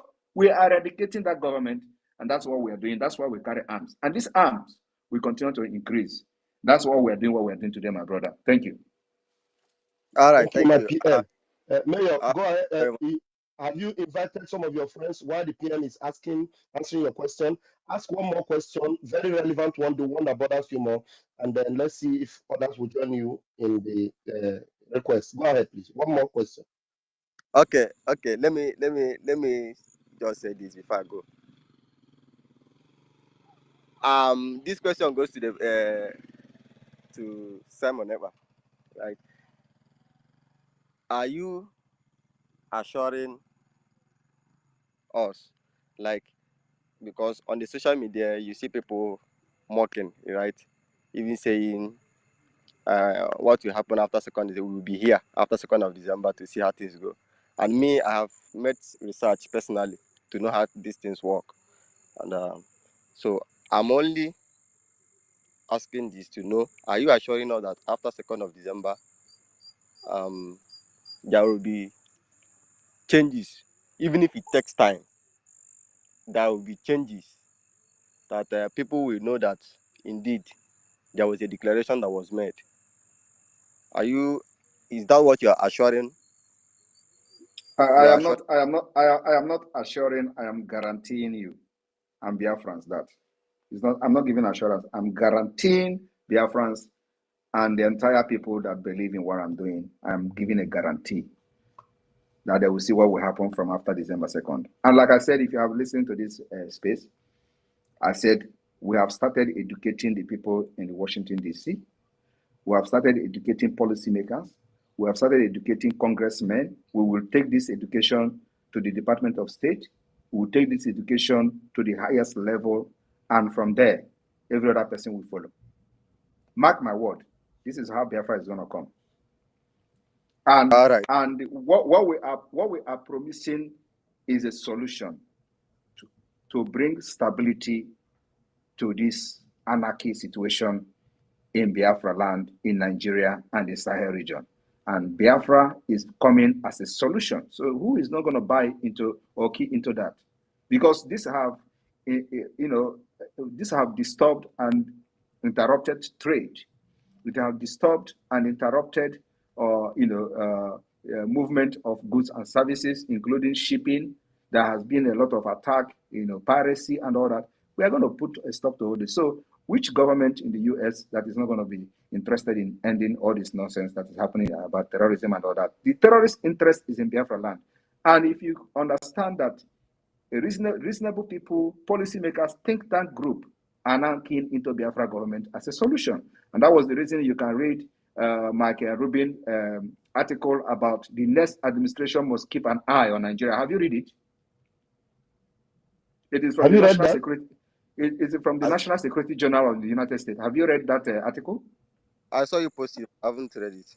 You see, that is the point. How can you not read it and you are interested in what we are doing? So all these questions that you are asking, should that particular article should open your eyes. So I advise you to go and read it. After reading it, share it with your colleagues for them to Yeah, understand the level of problem the is job that we have done. most of them are preoccupied with a notion that they have been sold to them about you. They have already believed some of the lies and propaganda. So Raphael, sometimes, who told you these ones no, you are I'm talking not about? talking about you, Why do you Mayor. like to Mayor, do I know this? you You have should be more things. professional. Stop attacking people. You're making Mayor, people afraid of asking Mayor, questions. I'm not attacking now. You see, you are just When preoccupied you with some when of the you things when you you think do about stuff me. like this, many people with genuine question will be afraid of entering here because of embarrassment. They feel like you embarrass them when they come to ask questions. But we cannot see that that's not true. Pastor Raf, Mayor, you have been, I think the PM has given you a lot of privileges, and you enjoy a lot of privileges commune with him. Now, what you have to do is you have to go back and make your research, read his tweets, and follow up. Whatever that Pastor Bamba is doing is not attacking people. He is doing everything he's doing out of experience. What we have seen 2-3 years back, and we don't entertain that kind of laxity anymore. We are going to run democracy when we are free. But for now, it is all about focus. And this is what he's doing. So he's not attacking you. Thank you. Thank you. PM, sorry, I didn't take the word out of your mouth, sir. You were trying to conclude on something. I was just, I'm sorry for interrupting, sir. No, I was just telling him he cannot be if he's really interested to know the truth and what we are doing, not just what is coming from my mouth or what I'm going to say on the space. He should also follow and read what I'm posting. Now, that article by Michael Rubin is from the National Security Journal in the United States. It's one of the highest think tank group or the think tank institution, foreign policy and American policy making institution in the United States. So if people like that can actually recognize the Biafra government in exile, because that article is a recognition of the Biafra government. So if you read it and you see the content of that article, that should explain a lot. So when you come here, you will come to this place loaded with even more questions, because you would like to know some certain things from what you have read in that article. But here you're asking some certain question that may not even be the main thing that you need to know. So these are the problem, because when you go and read those things, you come here, you'll be prepared to be able to, you want to ask more questions to know certain things. But here you are not asking even the question that I'm expecting somebody like you to ask. But now you saw those things I post, you don't read them. So how do you know exactly because most of the things I'm explaining to you here is not everything that you need to know. But when you read most of those things, have you also read the OBT International Eye on the Biafra self-referendum? Even our self-referendum has been recognized by another institution from the United Kingdom, who came to Biafra land by themselves to make a field work research. They came, nobody invited them, nobody influenced them. They came by themselves. We saw it on their article. So I don't know if you have read the OBT International report on the Biafra self-referendum. That's a self-referendum that they are laughing at us that, who is recognizing your self-referendum? Is there anybody observing it? Is it UN? People don't know how international law works. That is exactly the problem here. So Biafra government, as a government in exile, have the right to organize and participate in election. And this self-referendum is one of them. Once you organize yourself, meet the requirements according to the Montevideo Convention, you are good to go. We have demonstrated not only to have the capacity, but at the same time, we have demonstrated to have the capacity to govern our people, and the government of Biafra is now in charge, both in the government of de facto and the government in exile in Biafra land, and the entire governor in the southeast. And I'm using southeast, for example, because it is not a must that you must control the entire territory of your country before you can be recognized. Controlling even small part makes a very big difference. So if you look at the population of Biafra, 50 million has given the consent to the Biafra government to go ahead and do whatever it takes to liberate them from Nigeria. Who can go against that? So these are the things that you need to know. And these things I'm saying now were mentioned in that Michael Rubin's article. So please, read these two articles. Read the Michael Rubin article and read the OBT International article, where they specifically recognize, both of these articles recognize the fact that over 30 million Biafra has voted for the first several. As at then, 30 million has voted. They recognize that, and they were telling the decision makers, policy makers, to keep an eye on the Biafra self-referendum. And the Michael Rubin National Security General was telling this incoming president of America, the new administration, to keep an eye in Nigeria. And so that is how Biafra is going to come. And Biafra is only providing solution so that everybody can benefit. Everybody who is doing business in that region can benefit. Both the European Union, both the America and other African countries will have a smooth sail in their shipping without any piracy attacking them, without any security threat. It is a win-win for everybody. So why should we be beating around the bush and trying to kill each other when we are bringing solution? And you as a Biafran, all you need to do is, if you do not agree in what we are doing before, sit down, research on what we are doing, forget whatever, because the reason why many of you, like Rafael was saying, is not reading what we are posting is because you are already preoccupied with the propaganda that you are hearing on social media. Otherwise, you should be paying interest. If you can come here to engage me in a question like this, you should have big interest to read what I'm posting, to see, is this a lie? Like when we are posting pictures of the congressmen meeting the Biafra government in Israel, meeting with the congressmen, including meeting with the Speaker of the U.S. The Speaker of the U.S. House of Representatives. They say it's a fake. They say it's a Photoshop. And I wonder how we are going to go to the level of photoshopping all these people, prominent people, posting them on Twitter and all that, and none of them have come to debunk it's a lie. So, you know, there's some kind of propaganda that when you are hearing it and seeing it, it makes you look stupid. If you continue to follow the people that are pushing such propaganda, other people will just see you as a foolish person. Because you cannot, somebody like me, or this Biafra government in Israel that have the head office in the United States, cannot just come and start posting picture, tagging the House of Representatives, tagging congressmen that we have met with them. And some of these people, I met with them, had a meeting with them, explain the reason why they must support Biafra. And when I come publicly to say I have had a meeting with such person, tag the person, and people will carry the news and say, oh, it's a propaganda. He didn't have a meeting with anybody. And I wonder why you should be following such people with such propaganda. It doesn't make sense. It makes you always look foolish.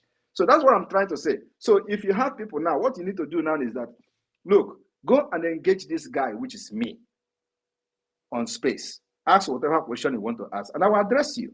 And at the end of the day, I'm not asking you to follow what we are doing, but I'm asking you to use your conscience and judge yourself.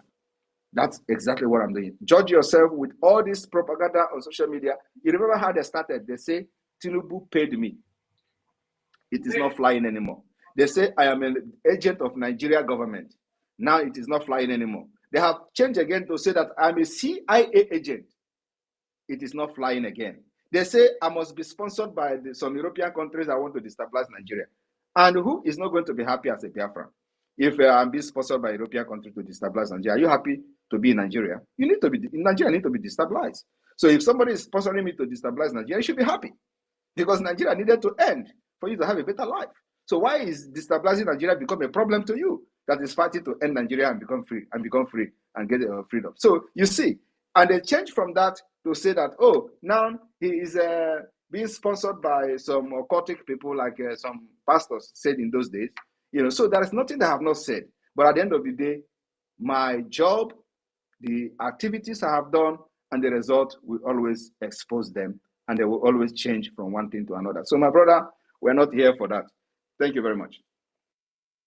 Wow. Thank you. Thank you. Mayor, you even raised your hand again. It seems like some genuine questions are emanating from your subconscious. Anyway, just like the PM said, I don't know, let us allow other people to ask questions. These spaces are always being held, on a regular basis. The PM is always here. So let others learn that you don't need to have that premonition of your mind. This is a perima, he's a liar, he's a thief. Come and engage him. Okay, he's giving 100% this thing. Give him another chance to ask one question. I don't know. Did you go away? Please come back. I will bring you in, please. Mayor, come back. I'll bring you back in, because now I believe that after the PM have extensively, spoken to you, some genuine questions will be coming out from you without premonitions, without your, that perceived, hatred about this man. He's just fighting for his pocket. He's loading the money in his account. He's trying to scam people and all those jargons that you just wonder where these people that call themselves human beings are actually getting these things from.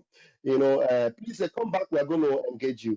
Please, before we take the next hand, we are honored to have our chief of staff, who has been very, very busy, and to spend some time to be with us on this space is an honor. And I want her to grab the mic and salute the world over that are listening.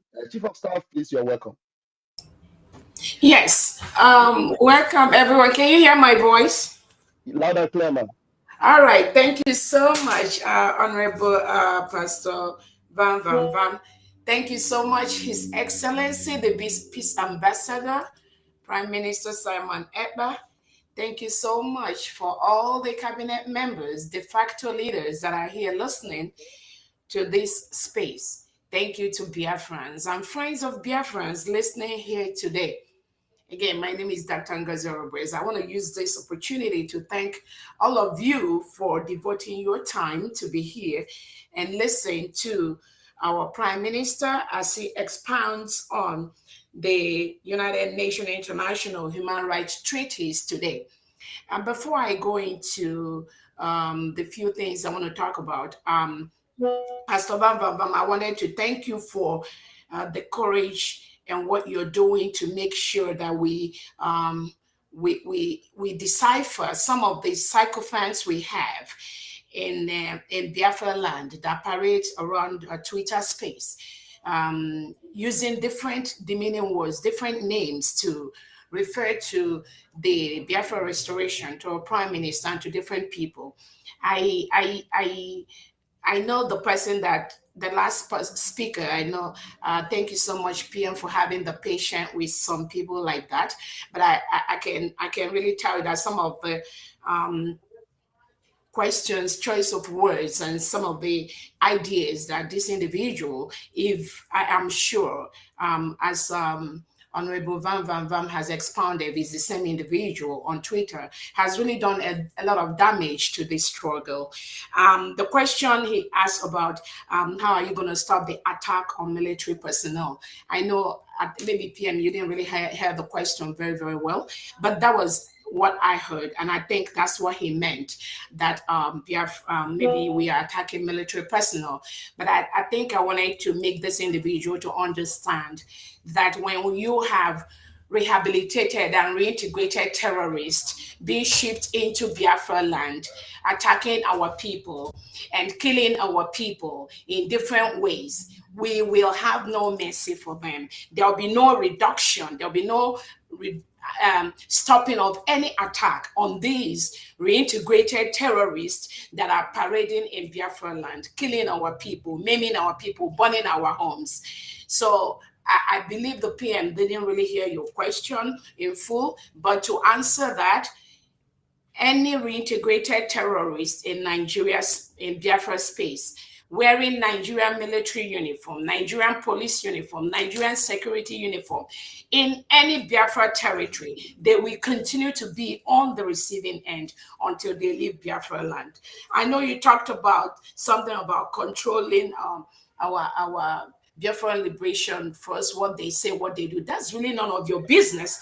If I have to refer to some of the posts, I've seen somebody like you post on Twitter space, you really have no atom, no criteria at all. Chief of staff, 1 minute, the person you are referring to is not actually the guy that came up here. It's just that they have the same DP.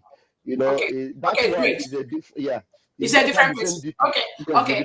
Thank you. Yeah. Thank you so much. That's why I said if it's that individual, but if it's not, then his thoughts are in order, just as our Prime Minister have answered those questions.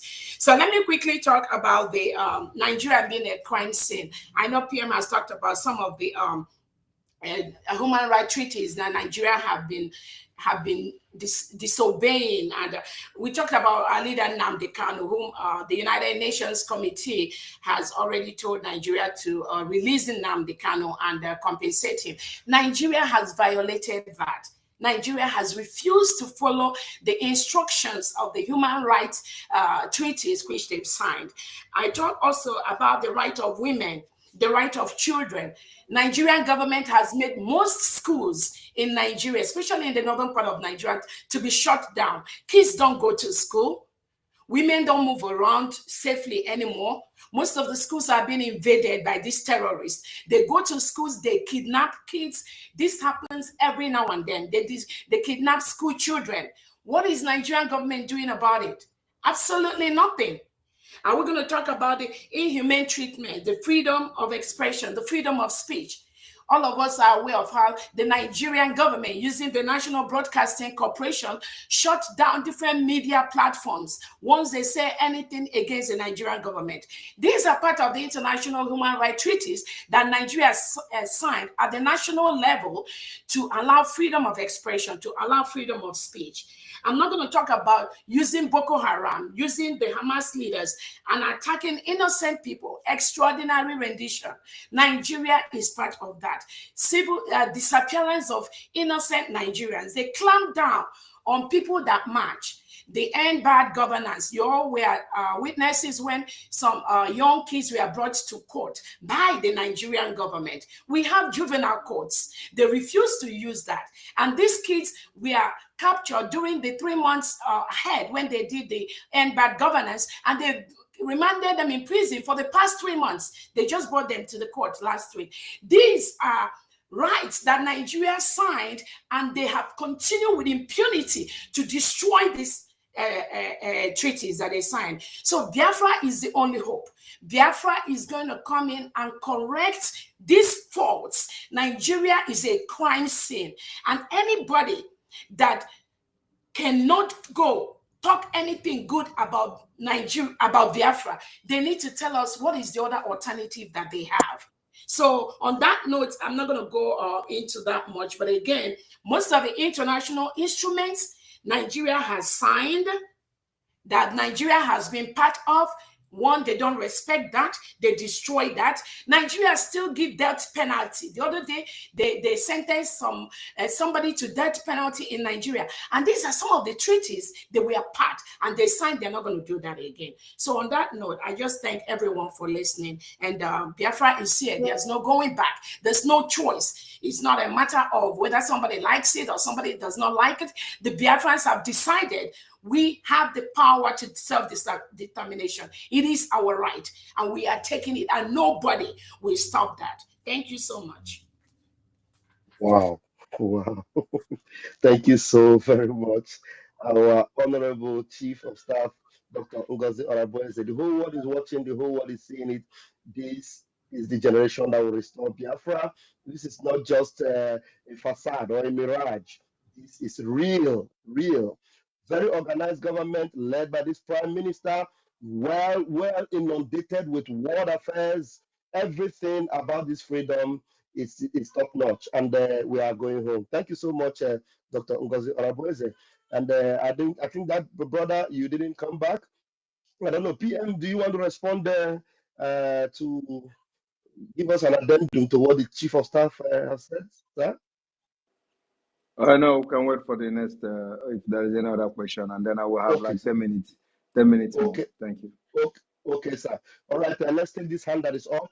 Those of us that are here, 10 minutes for us would matter a lot. If you have a very engaging question, the PM might even extend it if you engage him with those difficult questions. The friends of the last guy that came, if you are here, please request and raise your hand. DJ Simpson, please grab the mic. Good evening, Biafra all over the world. Good evening, His Excellency Prime Minister Simon Ekpa. I greet you, sir, and everybody in the house. I am privileged to be here this evening. Thank you for the good job you are doing. The Almighty God will continue to be your strength. He will guide you, keep you, direct your path. You will never stumble. You will surely lead us to our destination in Jesus' name. Now, your mic is noisy. Ask your question very quickly, please. Okay. My question tonight is this: when you are talking about the disabled people. Now I want to ask this question because of the bad governance we have in this country called Nigeria. Now no hospital, no good road. Now like some of us now that the country have dealt with, like maybe we have a little accident that might solve because of the bad hospital and when anything happen to you, go to hospital, they have to increase the bill. If you don't have the money, that is just how you will be there. Nobody that will come for your aid. And that has led many of us to like maybe sudden handicap, something like that. So my question now is this: like most of us that maybe our problem can still be solved medically. So is there hope for us if Biafra is restored, that as a citizen of Biafra, they can revisit our condition and solve the problem for us if it is solvable? That is my question. Thank you very much. Thank you very much. You can stay muted, please. Yeah, there is noise coming from your end. Biafra government will adopt what we call the National Insurance Scheme. This National Insurance Scheme will facilitate the to subsidize medical, medical fee or something.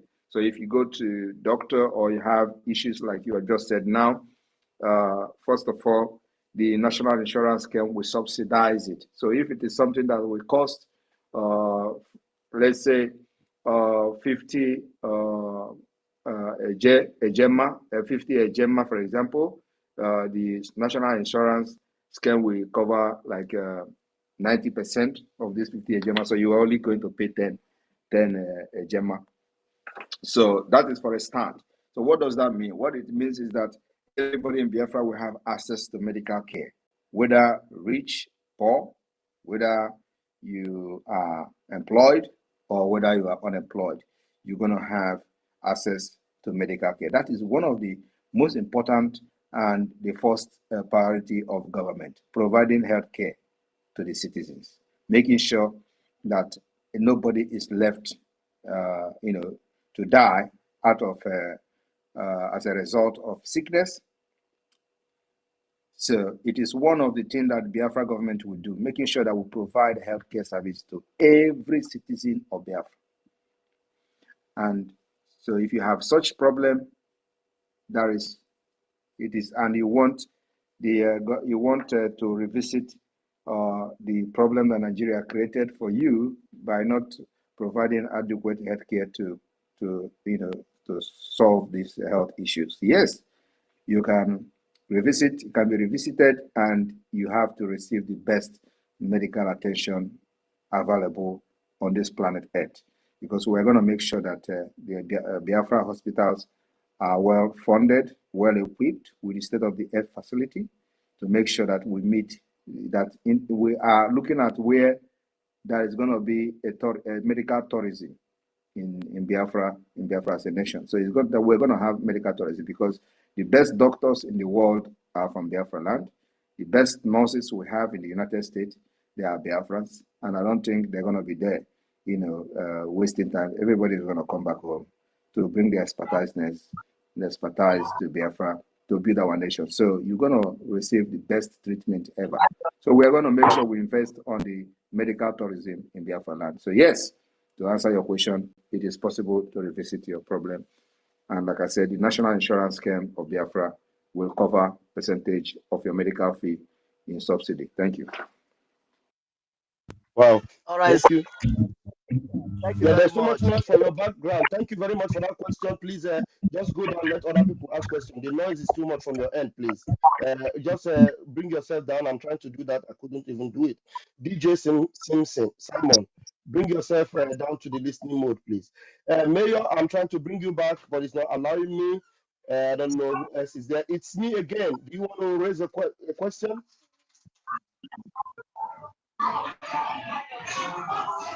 Who is this? Kent, unmute yourself. Kent, mute yourself. Kent, okay, if you are stuck in a hurry and you have a very important question, go ahead and ask. Kent. Yes, good evening, everyone. Go ahead. I have I have this important question to ask. This thing has been flying all over the Twitter saying that on the 2nd of December, Biafra will be declared. So I'm be wondering, how is it possible having our leader Mazen Nandekano at the detention and being declaring Biafra on the 2nd of December? Is that a question? Because I want this concerning our Prime Minister Simon Ekpa. There's this kind of rumor I've been hearing online saying that he's not from Biafra land based on his name, Ekpa. So I just want I just want some kind of clarification. Thank you very much. All right, thank you very much. So you asked two questions. Why should we be declaring Biafra where Mazen Nandekano is in detention? Mazen Nandekano is not Biafra. Mazen Nandekano is a Biafra agitator, just like every one of us, like me, like you, and he was the leader, or still the leader of indigenous people of Biafra. So he is not Biafra, and Biafra is not tied to him, that he must be here for Biafra to be declared or restored. That's number one. Number two is that he will be very, very happy to see that his fight and sacrifices of many years did not go in vain. That even as he being incarcerated, this particular fight that made him to be incarcerated did not die. So, and if you have been listening to him as you claim, as you are so concerned about Mazen Nandekano now, he said that anywhere I am, Biafra will come. So I don't know when you started listening to him. So if he is not prepared for this, he will not be saying anywhere I am, Biafra will come. And that's where he is today. The intention of this Nigeria is to take him there so that Biafra agitation will stop. So, and if you dance to that tone, it means that he was very, very lucky to have us. Because if it is like only you people that he have, he will regret ever coming out for Biafra. So, but because people like us are here, so he is going to be very, very proud, and that's the reason why he has not given up, because he knows people. He's hearing how we are dealing with them. Water. Left for you people, Biafra would have been dead. He'll be talking about how he will come out, and at the end of the day, they will turn him to the second Wazirike. Like Wazirike, you know how they did the Wazirike? They brought all his commander. They brought all his commanders, and they went with him to. They went with their commander, with his commander to meet with him in prison. And he was like, if all these people that I'm using to make mad can succumb, so who am I? Coming out to become a chaff. So he decided to give up. That was how Wazirike's story ended. So if not for us, if Mazen Nandekano have only people like you, by now you will regret ever fighting for Biafra and for Ndibo. But thank God we are here. So we are not going to wait for him to come out. Like I said, he is going to come out in a very historic way. How is that historic way going to happen? When Biafra has been declared, restored, and we start the recognition.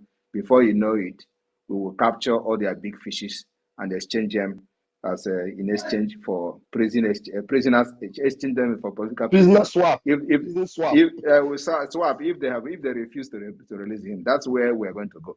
So thank you for that. Then the second question about my name is not Igbo. I don't know who told you that there is something called Igbo name. Where is Effiong? Where is Effiong from? Is Effiong not the vice president of Biafra? So if Effiong is Effiong your Igbo name, if that is the problem, and who told you that you must answer Akachukwu to fight for Biafra? There is nowhere. It is not in any Biafra law that your name must be Akachukwu or Ndubisi or Ojoku or Namdi in order to fight for Biafra. Effiong was a Biafra vice president, and I can answer any name. Most of you people that are fighting me today on social media don't even have Igbo name. Okay, what is a maker gift? Is that a name? What is Ima Powerless? Is that a name? And this person who asked me this name said, "What is your name here, sir?" His name is Kent. He used the name Kent to come and ask me. Is Kent's name? You know, if people are more concerned about my name, when you are using fake name, you cannot even use any Nigeria. If you claim to be a Nigerian, you cannot even use any Nigerian name. If you claim to be a Biafra, you cannot even use any Biafra name. Proudly using your Biafra name for people to know that this is you. I am using my name, my identity, I am known all over the world. I am known in my country of residence and my country of citizenship where I live. Everybody knows me in Finland. Everybody knows my picture. Everybody knows my son. Everybody knows everything about me. But you people are more concerned about me, but I don't know who you are. I don't even know what you look like. You don't have your picture. You don't have your real name. And you're concerned about somebody who have put all his information out there in the public. My information is on Wikipedia. Go there and read about me. But I don't know who you are. You are asking questions about me when I don't know who you are. Nobody, no Biafra knows you. No Biafra knows those who have represented them for many years. They answer all manner of names, put fake pictures on social media, and they are fighting for Biafra. They are concerned about those who have brought out their identity to fight for the freedom of their people. So, my brother, we have Biafra have gone beyond that particular propaganda. You must not be Akachukwu to fight for Biafra. You must not be Ngozi to fight for Biafra. You must not be Chike Dozie to fight for Biafra. You can fight for Biafra under any name. And me, I am from India. If I decided to fight for Biafra, I am here. Thank you.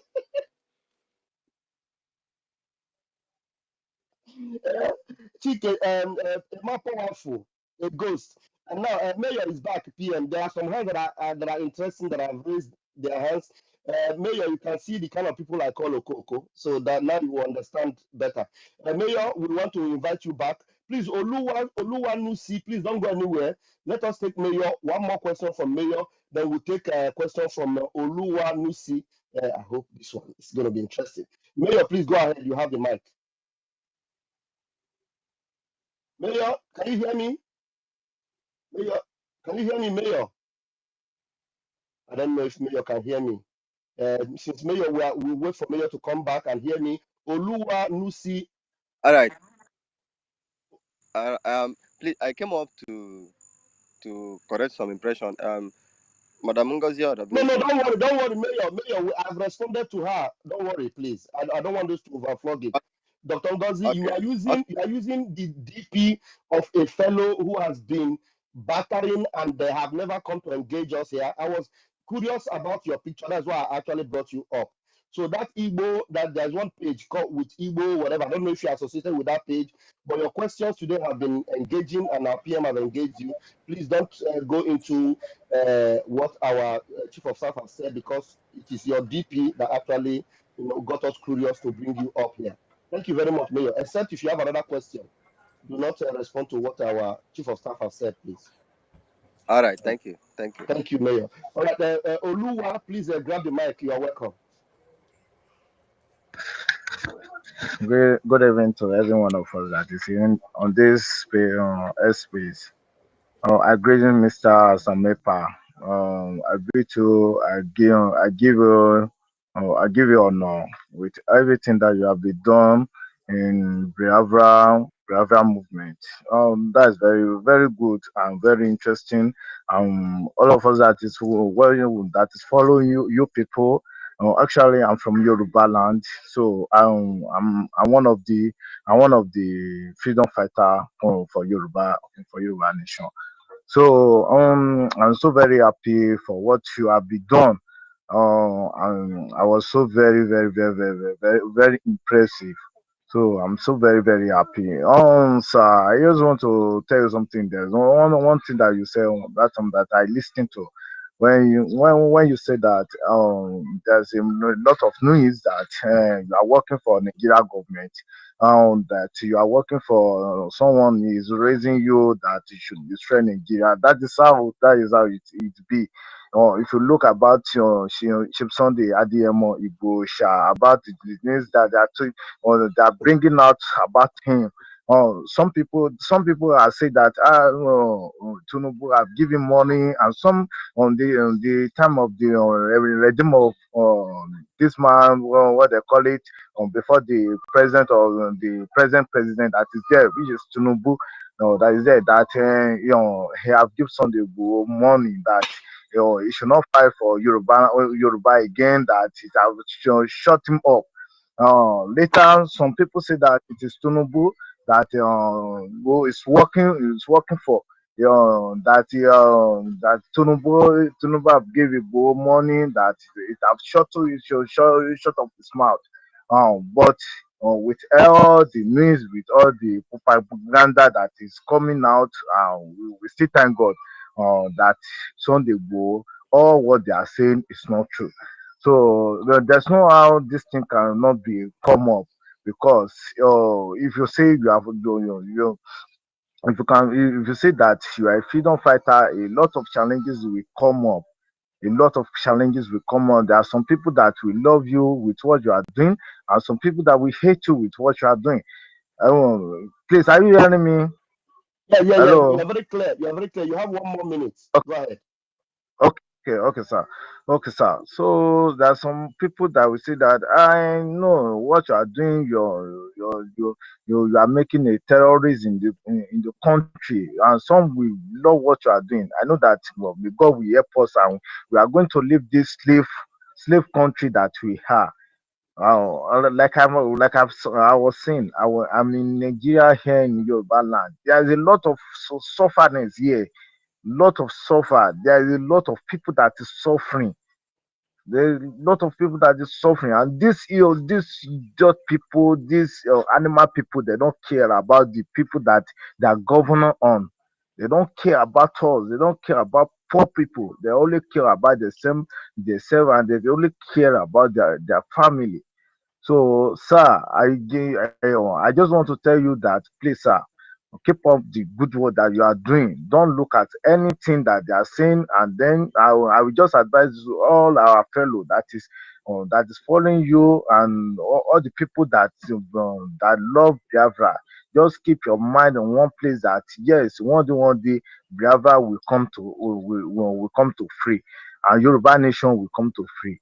So God bless Biafra and God bless Yoruba nation. Thanks. Thank you very much. Please, how many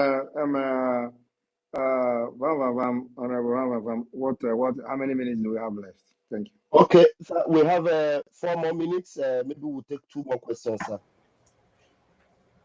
Okay, then let's just take 2 people, please. The PM has spent so much time here. Ozobuiwe, 1 minute with your question. If it's more than 1 minute, I will stop you.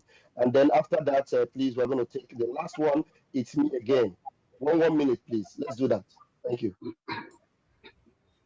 Okay. I greet you, my Prime Minister, my Honorable Prime Minister, Simon Ekpa, and I greet everyone in the house. Anyway, all the question I want to answer, some fellow here, Mayor have asked some of them, so I don't have to waste anybody time. Okay, you wanted to go the same route with Mayor. Why not think about No. I said some of my question, I already heard the answer from the Prime Minister why Mayor asked. I know. Now only one question, only one question, only one. Hold on 1 minute. If you only have the one. same, can you listen to me 1 minute? If you have the same ideology with him, pick one question he did not ask and help him to ask That is what exactly what I'm doing. All right, okay. Go ahead. No, So I know you. Okay. Only one question I want to ask. In this situation now in Biafra land, Nigerian security now trying to invade WhatsApp to check messages while our people are sending messages, because sometimes send for Facebook, they block Twitter or whatever. But now they try to also to regulate WhatsApp, so that even our people to send messages through WhatsApp will be very difficult. So my question is, Honorable Prime Minister, please, where is our app? We need it. That is what only question I want to ask. When our app is coming out, because we are waiting for it. And that's my case. That is only question I want to ask. Thank you, sir. Thank you very much. The app is almost done. They have to do approval, review the app before approve it, before it will be on the Play Store and the Apple Store and all that. So these are the only thing remaining. Otherwise, the app is ready. But also to just address the issue you raised, I know that there have been some kind of a voice note, spreading across social media, trying to instill fear on people that, if you send message, They will monitor your WhatsApp, they will monitor your this and monitor your that. Nigeria do not have that capacity to do. In fact, America don't even have the capacity to do that. Nobody can listen to your WhatsApp. You understand? They don't have the capacity to do that. So apart from they don't have the capacity, it's just to install fear in you people because they see that Biafra is coming. They could not stop anything we are doing. So they want to create that fear because they know many people lack the knowledge and the technical know-how, especially in these IT things and all that. So they know that a lot of people are very ignorant.